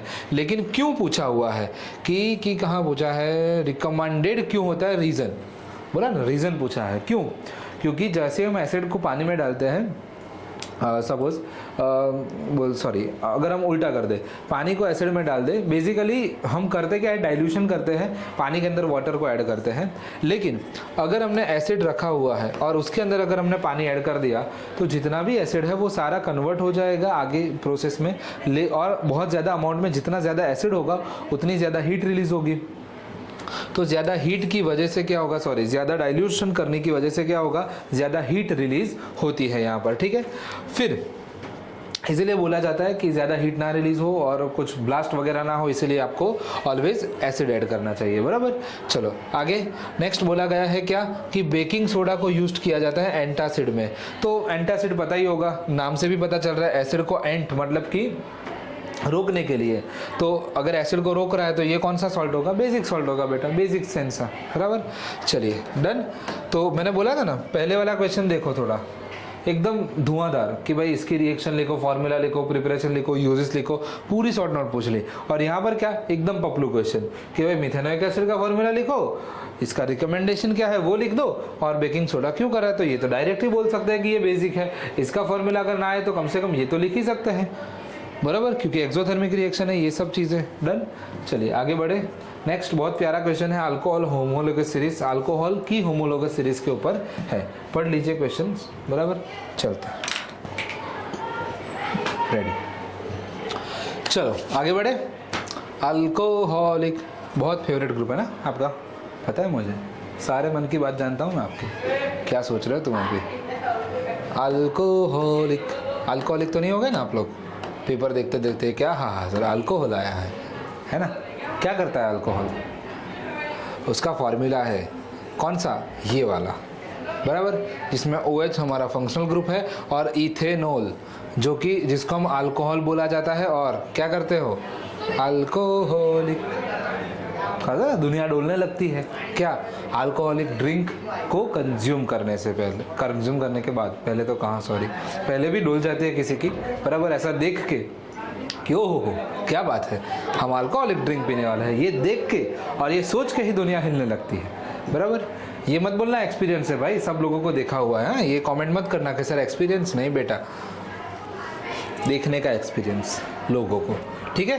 तो इथेनॉल अल्कोहलिक ड्रिंक में यूज होता है और सॉल्वेंट भी है, ये अच्छी बात भी है। देखो गधो, ये तो है ही, लेकिन ये भी है, गुड सॉल्वेंट भी है, मेडिसिन में भी यूज होता है, कफ सिरप में भी यूज होता है, टॉनिक में भी यूज होता है, कितने सारे यूजेस है, और आप सिर्फ एक को पकड़ के बैठे हुए हो, बराबर। तो ये सारी चीज़ों में अल्कोहल यूज होता है, अच्छी बात है। तो हम क्या करें? हम ये करेंगे, हम उसके ऊपर से क्वेश्चन को सॉल्व करेंगे। कौन से क्वेश्चन को? अरे भाई इसको क्या है, हटो। ये क्वेश्चन सॉल्व करेंगे कि भाई होमोलोगस सीरीज का फोर्थ मेंबर कौन सा है। तो अल्कोहल का पहला मेंबर कौन सा? मीथेनॉल, दूसरा इथेनॉल, तीसरा कौन सा? तीसरा प्रोपेनॉल, और चौथा कौन सा है? ब्यूटेनॉल। तो फोर्थ मेंबर कौन सा हो जाएगा बेटा? ब्यूटेनॉल। एक और प्यारी सी बात बोला गया है कि अल्कोहल की होमोलोगस सीरीज, समझिए बात को, अल्कोहल की होमोलोगस सीरीज बोला गया है। वहीं पर अगर लेट्स से बोलते कि इथेनॉल है, वो इथेनॉल पहला ग्रुप है, तो उसका दूसरा, तीसरा, चौथा क्या होगा? मतलब इथेनॉल होमोलोगस सीरीज का पहला मेंबर है, तो दूसरा, तीसरा, चौथा क्या होगा? तो उस वक्त फिर आपको propanol will be your next, मतलब एक के बाद एक, मतलब दूसरा लाइक सेकंड आपका इथेनॉल फर्स्ट है ना, first member is first, then this will be second, this will be third, this will be your fourth, इस तरह से आगे जाएगा। लेकिन यहाँ पर हमें अल्कोहल लिखा हुआ है स्पेसिफिकली, तो हम जो रेगुलर बेसिस पर जैसे जाते हैं वैसे ही लिखेंगे। डन, चलो आगे बढ़ो। आगे बोला है, ये तो समझ में आ गया क्वेश्चन, डन। फिर बोला गया है इथेनॉल को अगर आपको हीट करना है किसके साथ? KMnO4 के साथ। अगेन वो रिएक्शन ही आपकी, इथेनॉल का फॉर्मूला क्या होगा? CH3CH2OH, उसी को रिएक्शन कर दो किसके साथ? इसी अल्कलाइन KMnO4 के साथ, बराबर। इसी के साथ आप अगर रिएक्शन कर दो तो लो केमिकल इक्वेशन लिखने को ही बोला हुआ है, बराबर। तो क्या मिल जाएगा आपको? एसिटिक एसिड मिल जाएगा, CH3COOH, इथेनोइक एसिड मिल जाएगा, ठीक है। चलो बढ़िया क्वेश्चन था, डायरेक्ट टू द पॉइंट, मैंने बोला ना, सीधा NCERT based, everything is coming from the NCERT, right. चलिए आगे। अगेन एक केमिकल इक्वेशन लिखनी है, कब? जब ये इथेनॉल और इथेनोइक एसिड एक दूसरे के साथ रिएक्ट हो जाते हैं, किसके प्रेजेंस में? एसिड के प्रेजेंस में। और ये रिएक्शन का नाम क्या है? पहले तो नाम क्या होता है वो मुझे बताएंगे आप लोग, क्या नाम होता है बेटा? एस्टरिफिकेशन। और इससे जो बनेगा उसको क्या बोलेंगे हम? एस्टर बोलेंगे। तो यहाँ पर जो इथेनॉल और इथेनोइक एसिड है, ये हमारा इथेनॉल का फॉर्मूला, उसको अगर हम इथेनोइक एसिड के साथ कंबाइन करें एसिड के प्रेजेंस में, तो हमें क्या मिल जाएगा? CH3CH2COO, this will be your ester. और इसी रिएक्शन को हम बोलते हैं क्या? इसी रिएक्शन को हम बोलते हैं एस्टरिफिकेशन। क्या बोलेंगे बेटा? एस्टरिफिकेशन। तो नाम पता चल गया, प्रोडक्ट पता चल गई, और इस प्रोडक्ट का नाम क्या है? इस प्रोडक्ट का नाम है सर जी ईस्टर या फिर एस्टर, बराबर। चलो डन। चलो आई होप आपको पूरी चीज़ें समझ में आ गई होगी। अगर ये ना हो तो और वाला क्वेश्चन भी है, इस बार और वाला क्वेश्चन सिंपल नहीं है, इस बार सेम ही लेवल का है कि जैसे ही अगर आप इथेनॉल को हीट करते हो किसके साथ? एसिड के साथ, तो क्या निकलता है? तो के केमिकल इक्वेशन पहले तो हम बना के दिखाते हूँ आपको कि जो इथेनॉल है उसको अगर आप सल्फ्यूरिक एसिड के साथ रिएक्ट करते हो, बराबर, सल्फ्यूरिक एसिड के साथ रिएक्ट करते हो तो क्या मिलेगा? CH2 डबल बॉन्ड CH2, मतलब आपको इथिन मिलेगा, बराबर। डन। तो ये चीज़ें है, और क्योंकि सल्फ्यूरिक एसिड जो है वो डिहाइड्रेटिंग एजेंट है, तो पानी को रिमूव कर देता है, बराबर। तो केमिकल इक्वेशन क्या होगा वो आपको पता चल गया। कॉन्सेंट्रेटेड सल्फ्यूरिक एसिड का रिएक्शन क्या होगा? क्या है सर? पानी को रिमूव करना। अभी जस्ट बोला कि वो डिहाइड्रेटिंग एजेंट की तरह काम करता है, पानी को रिमूव करेगा। डन, सिंपल चीज़ें हैं। चलो आगे। ए या बी, या तो आप इसको अटेम्प्ट करोगे या तो आप दूसरा वाला अटेम्प्ट करोगे, बराबर। तो दोनों में से किसी एक को अटेम्प्ट करना है आपको। चलिए क्वेश्चन क्या है? क्वेश्चन है कि रीजंस आपको बताने हैं। किस चीज़ के रीजंस? कि आयोनिक कंपाउंड जो है उसके हाई मेल्टिंग पॉइंट होते हैं। हाँ, क्योंकि आयोनिक कंपाउंड जो है वो कौन सा अट्रैक्शन फोर्स होता है उनके अंदर, तो कि सर उनके अंदर एक इलेक्ट्रोस्टैटिक अट्रैक्शन फोर्स होता है इसकी वजह से। फिर सोल्डर जो है वो किस चीज़ का एलॉय है, लेड और टीन का, उसको हम वेल्डिंग करने के लिए यूज़ होता है। हाँ, वेल्डिंग करने के लिए यूज़ करेंगे क्योंकि उसको लो मेल्टिंग पॉइंट है उसका, तो लो मेल्टिंग पॉइंट होगा तो वो इजीली मेल्ट हो जाएगा, तो दो चीज़ों को वेल्ड कर देगा। फिर कार्बन को रिड्यूस, कार्बन जो है वो सोडियम और मैग्नीशियम को रिड्यूस नहीं कर सकता। क्यों? बता है कि कार्बन जो है वो इन दोनों के कंपैरिजन में लेस रिएक्टिव है, राइट। और ये जो सोडियम है और मैग्नीशियम है वो थोड़े ज़्यादा ही रिएक्टिव है, राइट। इसलिए चलिए, आई होप पूरी चीज़ समझ में आ गई होगी। अब इसी का एक और पार्ट है कि एक एक्स नाम का कंपाउंड है, कंपाउंड बोला है, इससे एक गलती क्या होगी वो मैं समझा देता हूँ। पहले ये समझते हैं। पहले कंपाउंड एक्स, उनका यूज़ करते हैं एल्यूमिनियम के साथ, बराबर। और ये जो एक्स है उसका यूज़ कहाँ पर होता है बेटा? उसका यूज़ होता है रेलवे ट्रैक में। अब याद आ गया होगा कि वो जो रिएक्शन है, नाम भी लिखना ही है उसका, क्या रिएक्शन है वो? Thermite reaction. और ये कंपाउंड एक्स क्या होगा? तो कि सर ये कंपाउंड एक्स होगा Fe2O3, जिसकी हम एल्यूमिनियम के साथ अगर रिएक्ट करें, बराबर, इसको हम थोड़े ढंग से लिखें ताकि आपको समझ में आ जाए।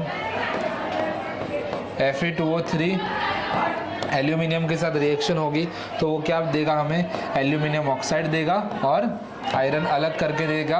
और एक बात ये ध्यान में रखनी है कि जो आयरन है वो यहाँ पर कौन से फॉर्म में होता है बेटा? लिक्विड फॉर्म में होता है, राइट। तो ये आयरन लिक्विड फॉर्म में होता है और आयरन के ऑक्साइड्स होते हैं, आयरन लिक्विड फॉर्म में होता है, और ये रिएक्शन को थर्मेट रिएक्शन बोलता है। अब गलती क्या होती है? यहाँ पर बोला है कंपाउंड, बच्चे क्या करते हैं? आयरन लिख के आ जाते हैं कि आयरन है। बेटा ये आयरन नहीं है, ये आयरन के ऑक्साइड्स है, मतलब कि उनका कंपाउंड है, बराबर। चलिए, फिर बैलेंस केमिकल इक्वेशन लिखनी है और एक्स को एल्यूमिनियम के साथ ऑलरेडी रिटन है, डन है। आगे बढ़ते हैं। बोला गया है कि ये जो मिक्सचर है कॉपर ऑक्साइड और कॉपर सल्फेट का, सल्फाइड का, सॉरी, उन दोनों को अगर हम दोनों को साथ में ऐसे रिएक्ट कर दे तो हमें क्या मिलेगा? तो कि हमें जो मिलेगा वो है Cu, बस Cu, bye bye, plus SO2, this will be your product. क्या मिलेगा? Cu, मतलब कि जो कॉपर होगा, मेटल हमारा, और वो सल्फर डाइऑक्साइड के साथ, ठीक है। जिंक सल्फाइड को अगर आप हीट करोगे ऑक्सीजन के साथ तो क्या मिलेगा बेटा? अगर हमने जिंक सल्फाइड को हीट कर दिया ना तो वो बोलेगा कि कम हमको क्यों हिट किया, तो हम भी उसको आंसर देंगे कि भाई तुमको इसीलिए हिट किया क्योंकि तुम्हारा कुछ काम ही नहीं था। हमें काम किस चीज़ का है? हमें इसका काम है क्योंकि ये बहुत अच्छा है, क्योंकि हमको तो मेटल चाहिए और वो मेटल ये नहीं दे पाएगा। इसमें से अगर हम मेटल खींचेंगे तो बेचारा बहुत रोता है और बहुत परेशानी क्रिएट करता है, इसलिए हम ऐसा नहीं करते। ना ना ना ना, इसको नहीं, हम यहाँ से मेटल खींचो, ये बहुत अच्छा है, ये हमें इजीली मेटल दे देगा, बराबर, राइट। तो क्या मिल जाएगा? जिंक ऑक्साइड मिल जाएगा अगर जिंक सल्फाइड को गर्म किया होगा तो। क्यों? क्योंकि ये इजीली रिएक्ट कर देता है। जनरली हम जिंक ऑक्साइड को डायरेक्ट रिड्यूस करके हम इस चीज को कन्वर्ट कर सकते हैं इसके लिए, बराबर। चलिए आगे बढ़े। Give the reason for the following, कुछ रीजंस बताने हैं आपको कि जो होम के घर में जो वायर्स होते हैं उनकी कोटिंग होती है पॉलीविनाइल क्लोराइड की। पॉलीविनाइल क्लोराइड एक पॉलीमर है जो कि बहुत ही अच्छा इंसुलेटर है। क्या है बेटा? इंसुलेटर है। और क्योंकि ये इंसुलेटर है इसीलिए वो यूज होता है, सीधी बात है, सो दैट कि आप उसको टच करो कुछ गड़बड़ गड़बड़ ना हो जाए इसके लिए। और फिर हॉट वाटर टैंक के लिए कॉपर यूज होता है, स्टील नहीं। क्यों? कोरोजन से बचाता है पानी को, बराबर। जो टैंक है वो गंदी ना हो जाए, आई मीन्स की कोरोड ना हो जाए, और उसकी वजह से पानी भी ना बिगड़े और ये टैंक भी सुरक्षित रहे इसके लिए, बराबर। चलो आगे है, आयनिक कंपाउंड बना दो बेटा फटाफट कैल्शियम और ऑक्सीजन का। अगेन बोला था लेकिन नहीं पढ़ रहे हैं हम, बराबर। बोला था कि ये डॉट स्ट्रक्चर आएगा बेटा, डॉट स्ट्रक्चर आता ही है, हर बार आता है, राइट। चलिए आगे बढ़ो। कैल्शियम का अब अगेन इसके लिए कहाँ जाना पड़ेगा? 9th स्टैंडर्ड में, जहाँ से हमें पता चलेगा कि जो कैल्शियम है उसकी इलेक्ट्रिक कॉन्फ़िगरेशन क्या होगी बेटा जी? उसकी इलेक्ट्रिक कॉन्फ़िगरेशन होगी सर 2882। तो वैलेंस इलेक्ट्रॉन कितने हो गए? 2। तो यहाँ पर हम कितने लिखेंगे? 2। तो कैल्शियम के 2 इलेक्ट्रॉन हो गए वैलेंस में, डन।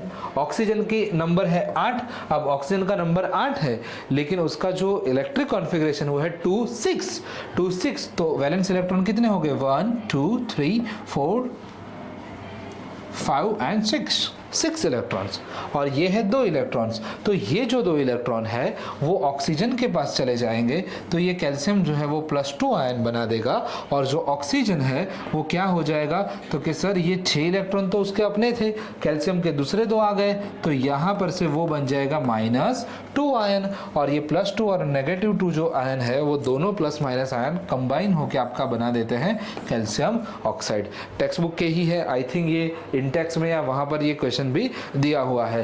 मैग्नीशियम ऑक्साइड का भी एक दिया हुआ है, राइट। तो इस तरह से हम कर सकते हैं, मैंने क्लास में भी आई थिंक करवाया था, मुझे याद है, डन। चलो, तो ये केमिस्ट्री का सेक्शन यहाँ पर समाप्त होता है। अब आते हैं सबसे घातक, सबसे खतरनाक और सबसे प्यारा सब्जेक्ट फिजिक्स, बराबर। चलिए आगे बढ़े। देखा फिजिक्स का नाम सुन के मार्कर को डर लग गया कि भाई ये क्या है, फिजिक्स आ गया, मार्कर ठीक से नहीं चल रही है, वाह क्या बात है। पहला ही क्वेश्चन, अगर इतनी भी गलती हो गई ना आपसे, इतनी भी गलती, तो आप ना टाइम बिगाड़ोगे, पेपर बिगाड़ोगे, और खैर सब जीवन तो बर्बाद कर ही दिया है अगर नहीं पढ़ के, है ना। तो अगर छोटी सी गलती और पत्ता साफ, बराबर। एक ही वर्ड अगर पकड़ लिया ना तो 1 सेकंड में आंसर आ जाएगा, और अगर वो आंसर नहीं आया तो आप कैलकुलेट करते रह जाओगे, लेकिन आंसर नहीं आएगा बेटा, बराबर। क्या लिखा है समझो, ray from the sun converge at a point 25 centimetre behind the convex lens, the distance at which object is placed in front of the lens to get the virtual image. एक नहीं, 2 नहीं, 3 वर्ड इंपॉर्टेंट थे, लेकिन एक जहां से answer आ जाता है वो मैं आपको बता रहा था। ये एक वर्ड, ये एक चीज और ये एक चीज, ये 3 अगर आपको पता चल गई तो समझो बात कंप्लीट है। Convex lens, got it. Convex lens के अंदर 6 डायग्राम होते हैं, हर बार आपको रियल एंड इन्वर्टेड मिलता है। एक ही डायग्राम है, एक ही जगह है जहां से ये आपको क्या करता है, ये जो है वो आपको वर्चुअल इमेज देता है, वो है 6th नंबर का, बरोबर ना। अब क्वेश्चन में क्या बोला गया है, अगर आपको क्वेश्चंस में समझ में आ जाए तो आपको पता होगा कि ये फोकल लेंथ होती है यहाँ पर, और ये आपका ऑप्टिकल सेंटर है, तो इनके बीच में ही ऑब्जेक्ट होना चाहिए, तभी हमें ये वाली चीज मिल सकती है, बराबर। अब सवाल ये है कि सर ये फोकल लेंथ, मतलब प्रिंसिपल फोकस और इसके बीच में, तो ये फोकल लेंथ होगी कहाँ पर, तो कि फोकल लेंथ होगी ये कितनी है, ये भी तो पता होना चाहिए ना, क्योंकि यहाँ पर डायरेक्ट वैल्यू दी गई है। तो ये देखो, ये वाला पॉइंट मैं बता रहा था जो कि मोस्ट इंपॉर्टेंट था आपका, सबसे ज्यादा प्यारा पॉइंट और सबसे बेस्ट पॉइंट, इसी के ऊपर से पूरा क्वेश्चन सॉल्व हो जाता है कि वो कन्वर्ज होता है 25 सेंटीमीटर पर। दैट मीन्स कि आपका ये जो डिस्टेंस है ये कितना हो जाएगा 25 सेंटीमीटर। कोई भी जो लाइन है, मैं डायग्राम आपको ड्रॉ करके दिखाता हूं सो दैट कि आपको आइडिया आ जाए कि ये जो कॉन्वेक्स लेंस है, बराबर, तो वो जो कॉन्वेक्स लेंस है वो यहाँ पर क्या बोलते हैं, कन्वर्ज होता है कहाँ पर, तो कि सर वो कन्वर्ज होता है 25 सेंटीमीटर पर। तो कि ये हमारा फोकस पॉइंट है, तो यहाँ से ये जो कन्वर्ज हुआ ना, तो ये कन्वर्ज होने का जो डिस्टेंस है वो कितना है बेटा 25 सेंटीमीटर। तो इसका मतलब ये हो गया तो इसकी फोकल लेंथ हो गई 25 सेंटीमीटर। तो हमें तो इससे कम ही चाहिए ना, अगर हमें इससे कम चाहिए तो इसके लिए क्या होना चाहिए, तो कि सर ऑब्जेक्ट 25 सेंटीमीटर से कम होना चाहिए। कब होगा, that means answer number A, बोला ना 1 सेकंड में आंसर आ जाएगा अगर आपने इस पॉइंट को पकड़ लिया तो, लेकिन नहीं पकड़ा तो बेटा राधे राधे, बराबर। फिर तो भगवान जी का नाम जपते रहो, वही बचा सकते हैं फिर तो हमें, है ना। चलो आगे बढ़े, बहुत ही प्यारा क्वेश्चन, बराबर। चलो आगे, बहुत मस्त है ये भी कि अगर जिस बच्चों का मतलब जिन भी कोई पर्सन का अगर आईबॉल जो है वो रिड्यूस हो जाता है तो वो क्या होगा, आईबॉल अगर रिड्यूस हो जाएगा तो वो कौन सी डिफेक्ट कहलाती है, कौन सी डिफेक्ट कहलाएगी बेटा, वो हाइपरमेट्रोपिया कहलाएगा, और उसके लिए आप कन्वर्जिंग या फिर कॉन्वेक्स लेंस यूज करोगे, ठीक है। चलो सिंपल थियरी बेस्ड क्वेश्चन था, डायरेक्ट आगे बढ़ते हैं नेक्स्ट क्वेश्चन की ओर। एआर क्वेश्चन है मस्त, ये भी एकदम बोला ना, एक से एक तुर्रम है, यहाँ पर मजा आ जाएगा क्वेश्चन सॉल्व करते वक्त। Needle of the magnetic compass kept in a strong external magnetic field always align itself in the north and south direction. समझ में आया? मैग्नेटिक फील्ड है, उस मैग्नेटिक फील्ड में अगर हमने मैग्नेटिक नीडल को रखा वो ऑलवेज कौन से डायरेक्शन में होगा? नॉर्थ एंड साउथ डायरेक्शन में ऑफ द अर्थ. क्यों? क्योंकि अर्थ के मैग्नेटिक फील्ड के साथ अलाइन करता है. यहाँ पर क्या बोला है? क्यों अर्थ के मैग्नेट के साथ अलाइन करता है? मिल गया आंसर. यहाँ पर क्या लिखा है? Needle of the compass is same as that freely suspended bar magnet. कुछ सेंस बनता है इसका? बार मैग्नेट की बातचीत ही कहाँ से आ गई? अर्थ की बातचीत हो रही है, तो ये तो रीज़न ही गलत हो जाएगा.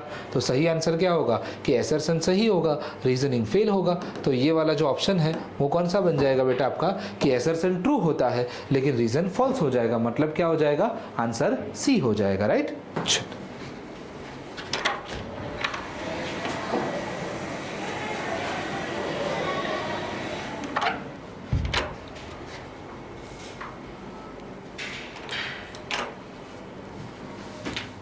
तो समझ में आ गई होगी आपको बात. राइट. चलिए क्लियर. Okay done. आगे बढ़े. बहुत बढ़िया था क्वेश्चन ये. Incident ray. ओके. अब मैंने वो गूगली वो बोला था ना स्टार्टिंग में, समझाया था ना आपको गूगली. ये अगेन एक गूगली क्वेश्चन. समझिए. Incident ray of the light enter in the medium of X from medium Y. मस्त पॉइंट है. अगर पकड़ लिए ना तो लाइक झिंगा लाला, नहीं पकड़े तो उलाला. बराबर. ऐसी बातचीत है बैठ भाई. बराबर. Enter in the medium of X from Y. अगर ये पकड़ा है तो ही सही बनेगा, नहीं तो ये पूरे 2 मार्क जो है वो आपके 0 बनने के फुल चांसेस है. बराबर. यहां पर बोला गया है कि जो मीडियम ऑफ क्या बोलते हैं रे ऑफ लाइट है वो एंटर करता है मीडियम एक्स के अंदर. कहां से? मीडियम वाई के अंदर से. तो वाई से वो एक्स में जा रहा है. आई बात समझ में? चलो. और उस वक्त क्या होता है? Bend away from the normal. Again हमारा लेक्चर का जो पॉइंट था, जो हमने वर्ड दिया था आपको, डर. ये तीनों वर्ड के आप आज बहुत याद आई होगी. बराबर. जो बच्चों ने क्लास अटेम्प्ट किया था वो बहुत ही खुश हुए होंगे. डर, ट्रिपल ए वाला, फिर वो बॉम्ब वाला, सारी की सारी टेक्निक यूटिलाइज हो चुकी है आज. पूरे क्लास की जो जितनी भी टेक्निक बताई थी वो सारी यहाँ पर पेपर में यूटिलाइज हो रही है. बराबर. तो डर का मतलब क्या था? डर का मतलब है जब भी कोई लाइट डेंस मीडियम से रेयर मीडियम में जाता है तो वो अवे फ्रॉम द नॉर्मल होता है. क्या होता है? Away from the normal. Normal से दूर हट जाता है. इसका मतलब क्या हुआ कि यहाँ पर हमारे पास जो ये गाइडेंस है, मतलब जो डायग्राम है वो क्या बोल रहा है कि ये x है, ये y है, और जैसे ही लाइट ये हमारा नॉर्मल हो गया, तो जैसे ही लाइट यहाँ से एंटर हुई उसके बाद क्या कर दिया उसने? अवे फ्रॉम द नॉर्मल चला गया. बराबर. अब अवे फ्रॉम द नॉर्मल चला गया मतलब ये डेंस मीडियम हो गया बेटा, और ये जो है वो कौन सा मीडियम हो गया? रेयर. ये डेंस मीडियम हो गया, दूसरा रेयर मीडियम हो गया. तो डेंस से रेयर में जाएगा तो क्या होगा? Away from the normal. बस फिर तो क्या बात थी. बस अगर ये कॉन्सेप्ट पता चल गया, दोनों क्वेश्चन आप वही पूछा है एक्चुअल में, आराम से आप आंसर कर दोगे. देखो, स्पीड ऑफ लाइट एक्स के रिस्पेक्ट में y के अंदर किस तरह से होगा? तो सीधी बात है, x के अंदर रेयर मीडियम है तो उसके अंदर स्पीड ज्यादा होगी. y के अंदर जो डेंस मीडियम है तो उसके अंदर स्पीड थोड़ी कम होगी. बराबर. x के अंदर अच्छी स्पीड होगी, y के अंदर स्पीड अच्छी नहीं होगी. फिर डेंसिटी के रिगार्डिंग बोलो तो x के अंदर डेंसिटी ज्यादा कम होगी, और यहाँ पर जो है वो डेंस मीडियम होगा तो डेंसिटी ज्यादा होगी. बोला ना कि अगर ये चीज आपको पता चल गई कि y से x है या x से y है, आराम से आपके मार्क आ जाएंगे. लेकिन अगर आपने इतनी माइनर मिस्टेक कर दी, ये बहुत रुलाएगा आपको, ये 2 मार्क आपके खा जाएगा ये चीज. बराबर. चलिए आगे बढ़ते हैं. बहुत ही प्यारा क्वेश्चन था और उसका रीजन भी लिखना है हर एक केस में. ऐसा क्यों है? तो कि रीजन ये है कि यहां पर डेंसर मीडियम था तो डेंसर मीडियम के अंदर पार्टिकल की स्पीड कम हो जाती है. डेंसर मीडियम मतलब डेंसिटी ज्यादा है, ज्यादा गीचता ज्यादा है, मतलब लोग ज्यादा है तो आप जल्दी नहीं भाग पाओगे. तो ज्यादा डेंसिटी की वजह से क्या हो जाएगा? तो कि ये जो है वो क्या बोलेंगे हम इसको? स्पीड कम हो जाएगी. फिर ऑप्टिकल डेंसिटी ज्यादा क्यों है? क्योंकि पार्टिकल्स की अमाउंट वहां पर ज्यादा हो जाएगी. बराबर. लाइट के जो पार्टिकल्स है, कांच के जो पार्टिकल्स है वो थोड़े ज्यादा होंगे इसके लिए. बराबर. चलो आगे बहुत बढ़िया चीजें हैं. अब बोला गया है कि change in the curvature of the lens help us to see the nearby object. ये एकोमोडेशन की मैकेनिज्म में मैंने सिखाया था आपको कि जब भी आपका जो लेंस है वो क्या होता है, तो कि अगर आपको नियर बाय का दिखता है तो आपके सिलियरी मसल्स जो लेंस है उसको क्या करते हैं, दबाते हैं, तो जिसकी वजह से लेंस थिक हो जाता है और उसकी वजह से फोकल लेंथ कम हो जाएगी, और जैसे ही फोकल लेंथ कम होगी आप नज़दीक का देख पाओगे। बराबर, ये पूरी मैकेनिज्म हमने क्लास में सिखाई है आपको, और यहाँ पर भी आपको पता चल गया। ठीक, जो नए बच्चे हैं, जो पुराने बच्चे, आई थिंक सभी को पता चल गया होगा। फिर पावर ऑफ एकोमोडेशन की रेंज क्या है बेटा, ये क्या है कि कितने नज़दीक से और कितने दूर से देख पा रहे हो। तो दूर का अगर हमें मैक्सिमम देखना है तो वो क्या हो जाएगा, इनफाइनाइट, और जो नज़दीक का जो नियर पॉइंट है जहाँ से आपको देखना है वो क्या हो जाएगा बेटा, 25 सेंटीमीटर से कितना हो जाएगा, इनफाइनाइट। ये आपकी रेंज हो जाएगी। क्लियर। अब मैंने बोला ना, सेकंड वाला क्वेश्चन ऑलवेज ये लोग इजी ही रखते हैं। यहाँ पर क्या है, ये थोड़ा डिफिकल्टी लेवल बढ़ा दिया है। यहाँ पर आपको सिंपल पूछा गया कि जस्ट आपको रे डायग्राम ड्रॉ करना है किस चीज़ के लिए, कि आई डिफेक्ट जो है ओल्ड मैन के अंदर, ओल्ड मैन के अंदर आई डिफेक्ट मतलब क्या, कौन सा केस, हाइपरमेट्रोपिया। तो वही हाइपरमेट्रोपिया के लिए आपको रे डायग्राम टेक्स्ट बुक में जो गिवन था वो डायरेक्ट आप ड्रॉ कर दोगे। ठीक है, बहुत ही ज़्यादा सिंपल लेवल पर था ये चीज़। ठीक है, चलो आगे बढ़े। रे डायग्राम ड्रॉ करना है अगेन हमें भी किस चीज़ के लिए, तो कि एक प्रिज्म है उसके अंदर ये चीज़ें बतानी है। बराबर, चलो बता देते हैं आपको रे डायग्राम ड्रॉ करके ही। थोड़ी जगह ले लेते हैं यहाँ पेपर में से, नहीं मिलेगी, यहाँ मिल जाएगी, वहाँ मिल जाएगी। ठीक है, चलो ग्लास प्रिज्म ट्रायंगुलर शेप में हम उसको शो करेंगे। बराबर, फिर बोला गया है mark the angle of refraction. तो यहाँ पर ये उसके नॉर्मल्स हो जाएंगे। जैसे ही लाइन यहाँ से जाती है तो दिस विल बी योर क्या हो जाएगा, एंगल ऑफ रिफ्रैक्शन। और फिर बाहर की साइड अगर ये देखें तो this will be your angle of incidence. बराबर, और यहाँ पर ये लाइन इस तरफ से जाएगी तो यहाँ पर ये जो है वो आपका क्या हो जाएगा, एंगल ऑफ रिफ्रैक्शन। वहां पर इस कोने में जो हो जाएगा that will be your angle of emergence. बराबर, आई होप आपको दिख रहा होगा ना, क्लियर, डन।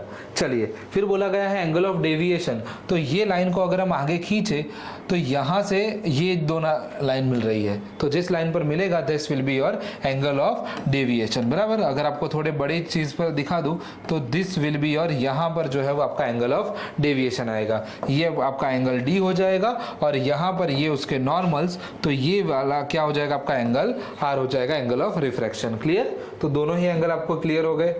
अगेन क्या बोला है, ओके, ये बहुत बढ़िया क्वेश्चन है एक, कि लाइट का जो पाथवे है, बराबर, ग्लास प्रिज्म के अंदर अगर हम उसको रिवर्स कर दे तो डेविएशन में कोई चेंज आएगा नहीं। अगर आप रिवर्स कर दो, जैसे कि लाइट इधर से आ रही थी उसके बदले अगर इधर से आए तो बात तो एक ही होगी ना, पहले ये इंसिडेंट रे था अब ये इंसिडेंट रे हो जाएगा, पहले ये इमर्जेंट रे था इंसिडेंट हो जाएगा, ये इंसिडेंट था इमर्जेंट हो जाएगा। प्रॉब्लम कोई नहीं होगा एंगल ऑफ डेविएशन के साथ। ये तो तब होगा अगर आप ग्लास प्रिज्म के अंदर कुछ गड़बड़ी कर दो, उसका मटेरियल चेंज कर दो, तब ये चीज होगी। ठीक है, चलो आगे बढ़े। नेक्स्ट क्या है, ये न्यूमेरिकल है, बहुत सिंपल वाला न्यूमेरिकल ही रखा है एज ऑलवेज, टेक्स्ट बुक का ही न्यूमेरिकल है। बराबर, कॉन्केव लेंस पूछा गया है। अब कॉन्केव लेंस का मतलब होता है क्या बेटा, कॉन्केव लेंस का मतलब होता है यू यहाँ पर होगा तो नेगेटिव आ जाएगा, वी भी यहाँ पर फॉर्म होता है और एफ भी यहाँ पर होगा, तो यू एफ और वी तीनों नेगेटिव होंगे। बराबर, तो अब देख लो हमें कौन सा पूछा हुआ है। सबसे पहले तो हाइट, अब हाइट तो ऑलवेज पॉजिटिव आएगी। बराबर, फिर बोला गया है at the distance of 30 centimetre, तो डिस्टेंस कितना होगा, -30 सेंटीमीटर, क्योंकि यू नेगेटिव आएगा। आगे कॉन्केव लेंस है, और फिर बोला गया है फोकल लेंथ, फोकल लेंथ कितनी है, अगेन ये माइनस में आ जाएगी। बराबर, तो मुझे बताओ कॉन्केव लेंस का जो फॉर्मूला होता है, लेंस फॉर्मूला, वो क्या होगा, 1 - v - 1/u = 1/f। अब ढूंढना क्या है हमें, v ढूंढना है ना, तो v ढूंढने के लिए उसको थोड़ा हम अगर चेंज करें तो ये इस तरफ आ जाएगा। बराबर, अब वैल्यू रख दे, कितनी है ये, 1/-30 + 1/-15। बराबर, चलो तो ये क्या हो जाएगा, तो यहाँ पर 1/v की वैल्यू क्या हो जाएगी, इसका एलसीएम क्या होगा बेटा, 30 हो जाएगा। तो इसको 1 से मल्टीप्लाई करो, इसको 2 से मल्टीप्लाई करो ऊपर, तो ये 1 से मल्टीप्लाई करेंगे तो ये क्या आ जाएगा, ये जो 1 से अगर मल्टीप्लाई करे, हाँ 1 से मल्टीप्लाई करें तो ये 1 आ जाएगा, -1 प्लस ये कितना बन जाएगा, -2, तो plus minus minus minus minus क्या हो जाएगा, प्लस हो जाएगा। तो 1/v इज इक्वल टू क्या हो जाएगा बेटा, -3/30। तो 3/30 का मतलब ये क्या हो जाएगा 10, तो 1/v इज इक्वल टू हो जाएगा -1/10। तो v की वैल्यू कितनी आ जाएगी आपकी, -10 सेंटीमीटर। क्लियर हो गई बात यहाँ पर। अगेन ये माइनस में आ जाएगा तो क्या आपको चीजें डन, ये पता चल गया आपको, क्लियर है, कोई तकलीफ इसमें नहीं है, बराबर। v की वैल्यू आ गई हमारे पास। अब पूछा क्या गया है कि डिस्टेंस ऑफ द इमेज, वो तो पूछा ही था, हाइट ऑफ द इमेज भी पूछा गया है। तो हमें पता है कि मैग्निफिकेशन का फॉर्मूला क्या हो जाता है, h'/h is equal to v/u। अब इसमें ध्यान रखना ये लेंस है, तो ये लेंस होगा तो ये माइनस में नहीं होगा, और मिरर के अंदर यहाँ पर ये माइनस लगता है और यहाँ पर ये प्लस की जगह माइनस, तो ये फॉर्मूला में थोड़ी चीज़ें ध्यान रख लेना, बराबर। अब इमेज का पूछा है, मतलब h' पूछा है, तो h' इज इक्वल टू क्या हो जाएगा, v/u। v की वैल्यू हमारी कितनी आई, -10, u की वैल्यू कितनी है, -30, और h की वैल्यू क्या हो जाएगी, 6 सेंटीमीटर, बराबर। तो ये 0 0 कट करे तो ये 3 2 6, तो h' की वैल्यू कितनी आ जाती है बेटा, 2 सेंटीमीटर, और वो माइनस माइनस भी कट हो जाएगा। तो बेसिकली यहाँ पर आंसर आपका आ जाता है 2 सेंटीमीटर, और वो भी पॉजिटिव में, मतलब कि हमें इरेक्ट इमेज मिलेगी, जो कि हमें पता ही है, बराबर। तो v की वैल्यू आ जाती है -10 सेंटीमीटर, h' की वैल्यू आ जाती है 2 सेंटीमीटर। जरा एक बार सॉल्यूशन को देख लीजिए, और जो नए बच्चे हैं वो लिखना चाहो तो लिख सकते हो। चलो डन। आई होप अगर पॉज करके वीडियो को पॉज करके लिख सकते हो, या तो स्क्रीनशॉट खींच लेना, ठीक है। बट आई इंसिस्ट कि आप लिख लो तो ज़्यादा बेटर रहेगा। ये पूरी चीज़ सॉल्व हो गई। आगे बढ़े 37 क्वेश्चन की ओर। बल्ब डीम हो जाता है कब, जब हम हीटर को पैरेलल सर्किट में यूज करते हैं, बराबर। तो सीधी बात है ना, पैरेलल सर्किट होगा तो क्या होगा, हर जगह पर वोल्टेज आपको कम मिलाई देगा, कम देखने को मिल जाएगा, मतलब कि आपका वोल्टेज जो है वो डिवाइड हो जाएगा, राइट। अब क्योंकि वोल्टेज डिवाइड हो जाएगा, वोल्टेज कहाँ, करंट, यस, करंट जो है वो डिवाइड हो जाता है, करंट डिवाइड हो जाएगा तो वहां पर आपको जो है वो बल्ब डिम होने लग जाएगा, ठीक है। चलिए आगे बढ़े। करंट अनइक्वल हो जाएगा, इसके लिए आगे। फिर नेक्स्ट क्वेश्चन है कि how to connect the 3 resistors of the each. 3 resistors join करने हैं, 8 ओम के हैं सारे के सारे, बराबर। और उनका कॉम्बिनेशन ऐसा है कि 12 करना है। अगर हम उसको सीरीज में करते तो 8 8 8 तो 24 हो जाते, तो ये तो सीरीज में पॉसिबल नहीं है। अगर हम उसको पैरेलल करेंगे तो भी आंसर 12 से कम ही आता है, बराबर। तो अब सवाल क्या है, तो हम इसको कॉम्बाइन कैसे करें, तो कि पहले हम क्या करते हैं, 2 जन को पैरेलल करते हैं, तो 1/8 करेंगे तो हमारा R की वैल्यू आ जाती है 4 ओम, राइट, बराबर। और अगर इसके अंदर हमने दूसरा रेजिस्टर अगर हमने सीरीज में ज्वाइंट कर दिया तो हमारा 12 ओम का आंसर आ जाएगा। आगे बात समझ में, आपको इस तरह से ज्वाइंट करना था। अब ये जस्टिफाई करना है डायग्राम के साथ, मतलब क्या है कि आपका डायग्राम इस तरह का बनेगा,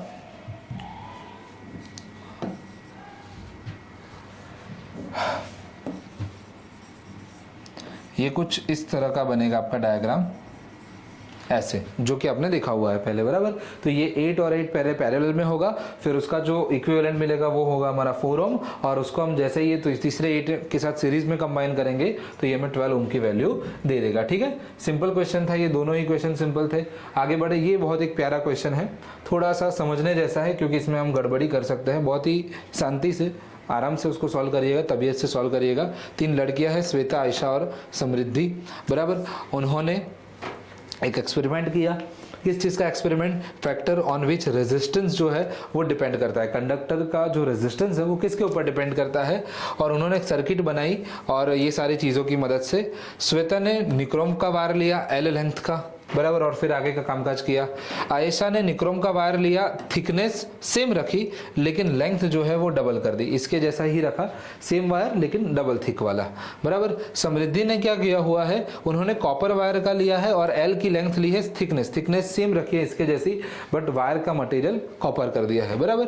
अब आगे बढ़े, बोला गया है कि बस इतनी कहानी दी गई है और सीधा क्वेश्चंस पे आ जाता है कि क्या क्वेश्चन बोलता है कि ए मीटर का जो रीडिंग है वो x एम्पियर है, मतलब करंट की वैल्यू कितनी बोली गई है, x एम्पियर है। अगर निक्रोम वायर की लेंथ L है, then what will be the ammeter if the length जो है हम उसको डबल कर दें and area of cross section same रखें। तो आर का जो हमारा रेजिस्टेंस का इक्वेशन है R is equal to rho into L upon A, बराबर। तो यहाँ हमें पूछा क्या गया है, इसमें ध्यान क्या रखना है, रेजिस्टेंस के बारे में नहीं रखना है। डायरेक्ट बच्चे बोल सकते हैं कि अगर हमने लेंथ को डबल किया तो हमारा करंट भी डबल हो जाएगा, नहीं।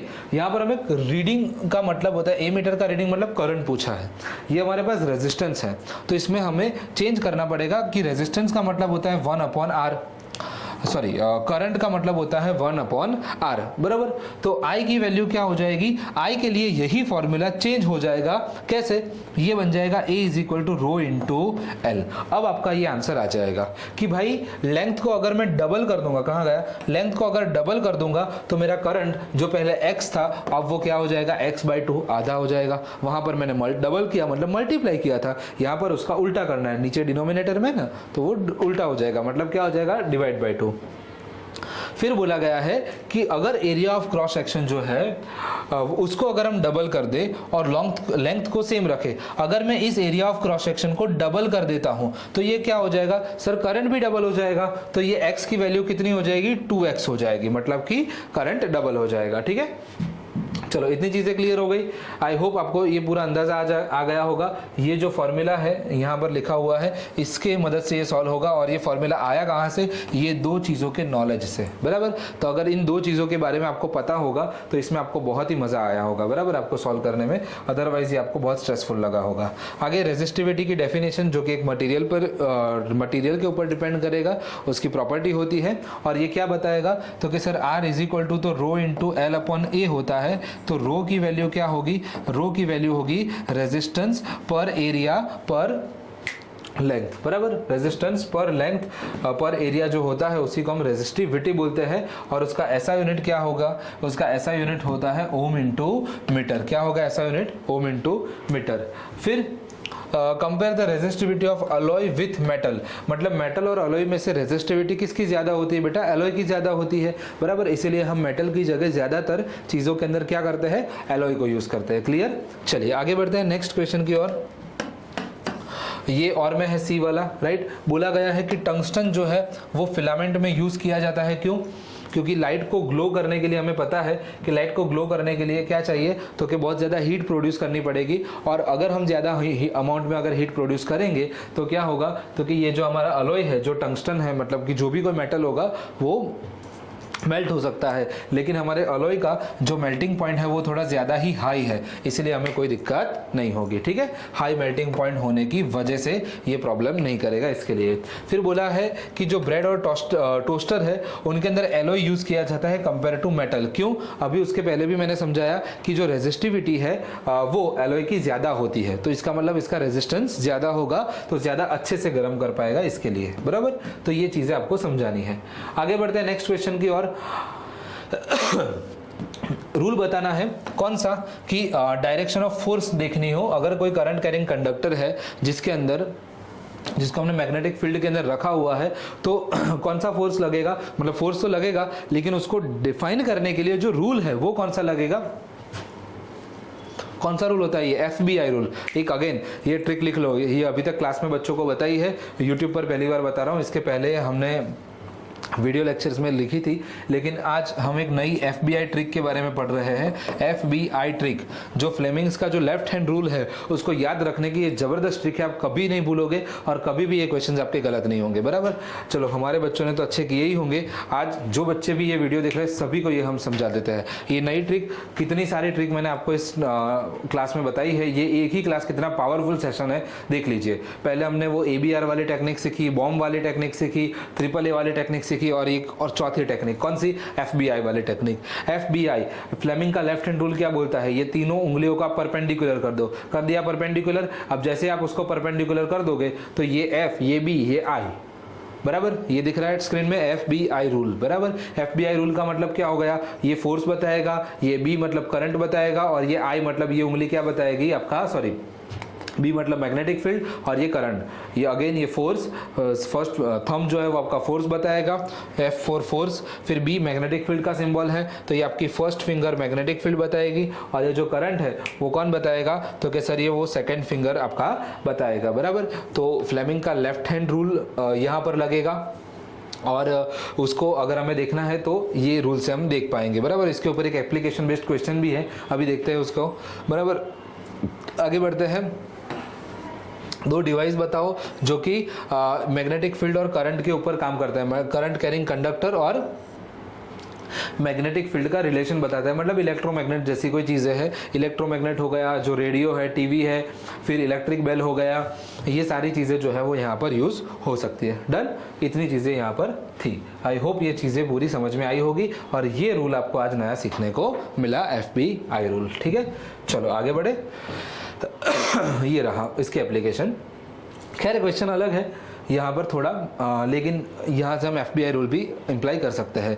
जैसे कि यहाँ पर हमें दिखता है इलेक्ट्रॉन यहाँ पर है तो करंट उसके अपोजिट डायरेक्शन में होगा और ये मैग्नेटिक फील्ड की डायरेक्शन है, तो FBI रूल के हिसाब से ये B का डायरेक्शन इस तरफ से होगा, करंट नीचे नहीं है ऊपर की तरफ है, ये इलेक्ट्रॉन की डायरेक्शन है, ये करंट की डायरेक्शन है, तो जो मैग्नेटिक फील्ड है वो अंदर की साइड जा रहा है। अब मैग्नेटिक फील्ड जो फोर्स जो है वो अंदर की तरफ जा रहा है, दैट मीन्स कि यहाँ फोर्स जो है वो अंदर की साइड लगेगा। यहाँ पर क्या लग रहा है तो कि इलेक्ट्रॉन की डायरेक्शन इस तरफ है, मैग्नेटिक फील्ड इस तरफ होगा, करंट इस तरफ होगा, तो फोर्स जो है वो यहाँ पर ऊपर की तरफ हो जाएगा, बराबर। अब हमें ये देखना है कि सर इसमें क्वेश्चन क्या था, क्वेश्चन अलग है, ये तो मैंने आपको FBI रूल का एप्लीकेशंस बताया हुआ है। क्वेश्चन ये है, आपको कमेंट करना है कि किस वाले केस में जो है वो आपका मैग्नीट्यूड, जो ये फोर्स है उसका मैग्नीट्यूड, तो हमें पता है कि यहाँ पर अगर आप ध्यान से देखो तो करंट की डायरेक्शन यहाँ पर है और मैग्नेटिक फील्ड की डायरेक्शन इस तरफ है। इसमें मैग्नेटिक फील्ड की डायरेक्शन ये है और करंट की डायरेक्शन जो है वो ये है, मतलब कि ये एक दूसरे के पैरेलल में है, जबकि यहाँ पर एक दूसरे के परपेंडिकुलर में है। तो हमें पता है कि जब मैग्नेटिक फील्ड और करंट की डायरेक्शन परपेंडिकुलर होती है तो फोर्स कैसा होता है, मैक्सिमम होता है, और जब दोनों पैरेलल में होते हैं तो फोर्स कैसा होता है बेटा, वो मिनिमम होता है, बराबर, मिनिमम या जीरो होता है। इसीलिए सोलेनॉइड के अंदर की साइड जो है वो लाइंस पैरेलल है। अब वो पैरेलल है इसीलिए वो क्या कर देता है तो कि कम फोर्स, कम मैग्नेटिक फोर्स दिखाता है। ठीक है, चलिए, तो यहाँ पर जो क्या बोलते हैं फोर्स का मैग्नीट्यूड के बारे में बोला था, तो यहाँ पर मैक्सिमम होगा, यहाँ पर मिनिमम होगा। डन, चलिए क्लियर है इतनी चीज़ें। ओके, आई थिंक ये लास्ट है हमारा कि इसके आगे है, नहीं बस समाप्त है यहाँ पर, ये लास्ट क्वेश्चन की ओर। 3 रीजन बताने हैं आपको शॉर्ट सर्किट के, स्पेसिफिकली बोला गया है कि 3 रीजन है। तो पहला तो हमें पता ही है कि जो लाइव वायर और जो न्यूट्रल वायर है वो दोनों अगर इकट्ठा हो जाए तो हो सकता है। फिर अगर आपका ये जो इंसुलेशन है, ये बाहर का रेड वायर का इंसुलेशन और उसके अंदर ऐसे वायर गया होगा, बराबर, तो ये जो इंसुलेशन अगर आपका खराब हो जाए, इंसुलेशन के अंदर अगर कुछ गड़बड़ी हो गई होगी तो ये हो सकता है।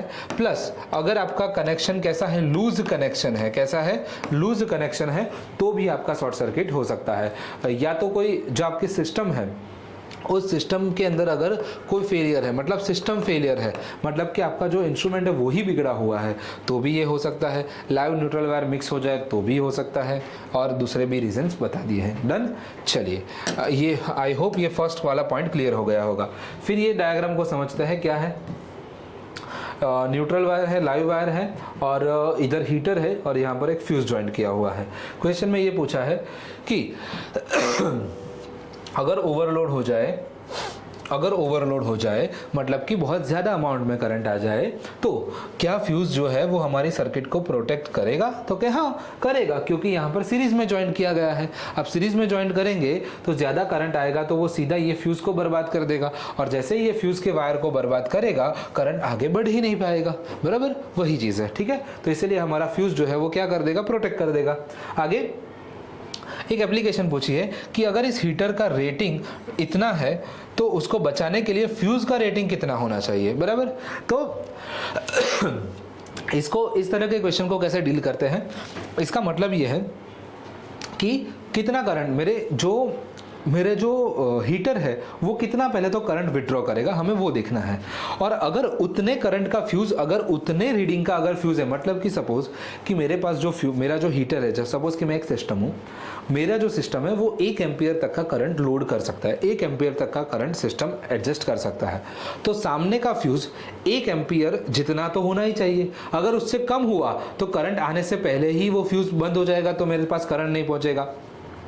अगर वो फ्यूज उससे ज्यादा हुआ तो ज्यादा अमाउंट का करंट आ जाएगा। मेरी कैपेसिटी 1 एम्पियर की थी, फ्यूज की कैपेसिटी 2 एम्पियर की है, तो 2 एम्पियर का करंट मेरे पास आ जाएगा, लेकिन मेरी कैपेसिटी 1 ही एम्पियर की थी, तो मैं ज्यादा करंट ले लूंगा और उसकी वजह से मेरे इंस्ट्रूमेंट सारे बिगड़ सकते हैं। ऐसा ना हो इसलिए हमें फ्यूज की जो क्या बोलते हैं रेंज, वो भी हमें दिखानी पड़ेगी। कितनी रेंज है तो हमें पता लगाना पड़ेगा। पावर का फॉर्मूला होता है VI बराबर, और यहां पर I इज इक्वल टू क्या हो जाएगा, I इज इक्वल टू हो जाएगा P divide by V। Power की वैल्यू है हमारी 2200 वॉट और वोल्टेज की वैल्यू है 220। तो हमें पता चल जाता है कि यहाँ पर करंट की रेंज कितनी आ गई, 10 एम्पियर। मतलब अगर आपने फ्यूज का रेंज 10 एम्पियर रखा तो ही आपका हीटर बच पाएगा, क्योंकि हीटर की कैपेसिटी 10 एम्पियर है, तो फ्यूज की भी आपको इतनी रखनी पड़ेगी। अगर आपने इससे कम रखा तो करंट ही नहीं आ पाएगा, इससे ज्यादा रखा तो सारा करंट आके हीटर को बिगाड़ सकता है। क्लियर हो गई बात? आई थिंक अब ये सारा जो चर्चा विचारणा सारी चीजें है वो यहाँ पर समाप्त होती है। डन। तो सीबीएसई का जो इस साल का जो पेपर था बहुत ही अच्छा था, हमने बहुत ही अच्छी तरीके से सॉल्व किया है और आई होप कि मैंने सारे क्वेश्चंस का एनालिसिस और सारी चीजें आपको परफेक्ट समझाई होगी। डन। सारी चीजें समझ में आ गई। जल्द ही मिलेंगे एक और वीडियो के साथ, एक और ऐसा पेपर सॉल्यूशन, लेकिन इस बार गुजरात बोर्ड का पेपर सॉल्यूशन लेके आएंगे हम आपके सामने। ठीक है, तो जल्दी मिलेंगे। कल या परसों वापस से मुलाकात होगी हमारी, लेकिन सीबीएसई का नहीं, गुजरात बोर्ड का पेपर लेके आएंगे हम अगेन इसी अंदाज से और इसी सेशन से। सारे बच्चे उसको ज्वाइन करेंगे। बहुत ही जल्द मिलेंगे, तब तक के लिए bye bye, good day, all the best आपकी फ्यूचर एग्जाम्स के लिए भी और आपकी सभी एग्जाम्स के लिए। राइट, तो थैंक यू सो मच, आपका बहुत बहुत शुक्रिया। आप लोगों ने ये सेशंस को पसंद किया। लाइक शेयर सब्सक्राइब जरूर करना। Thank you so much.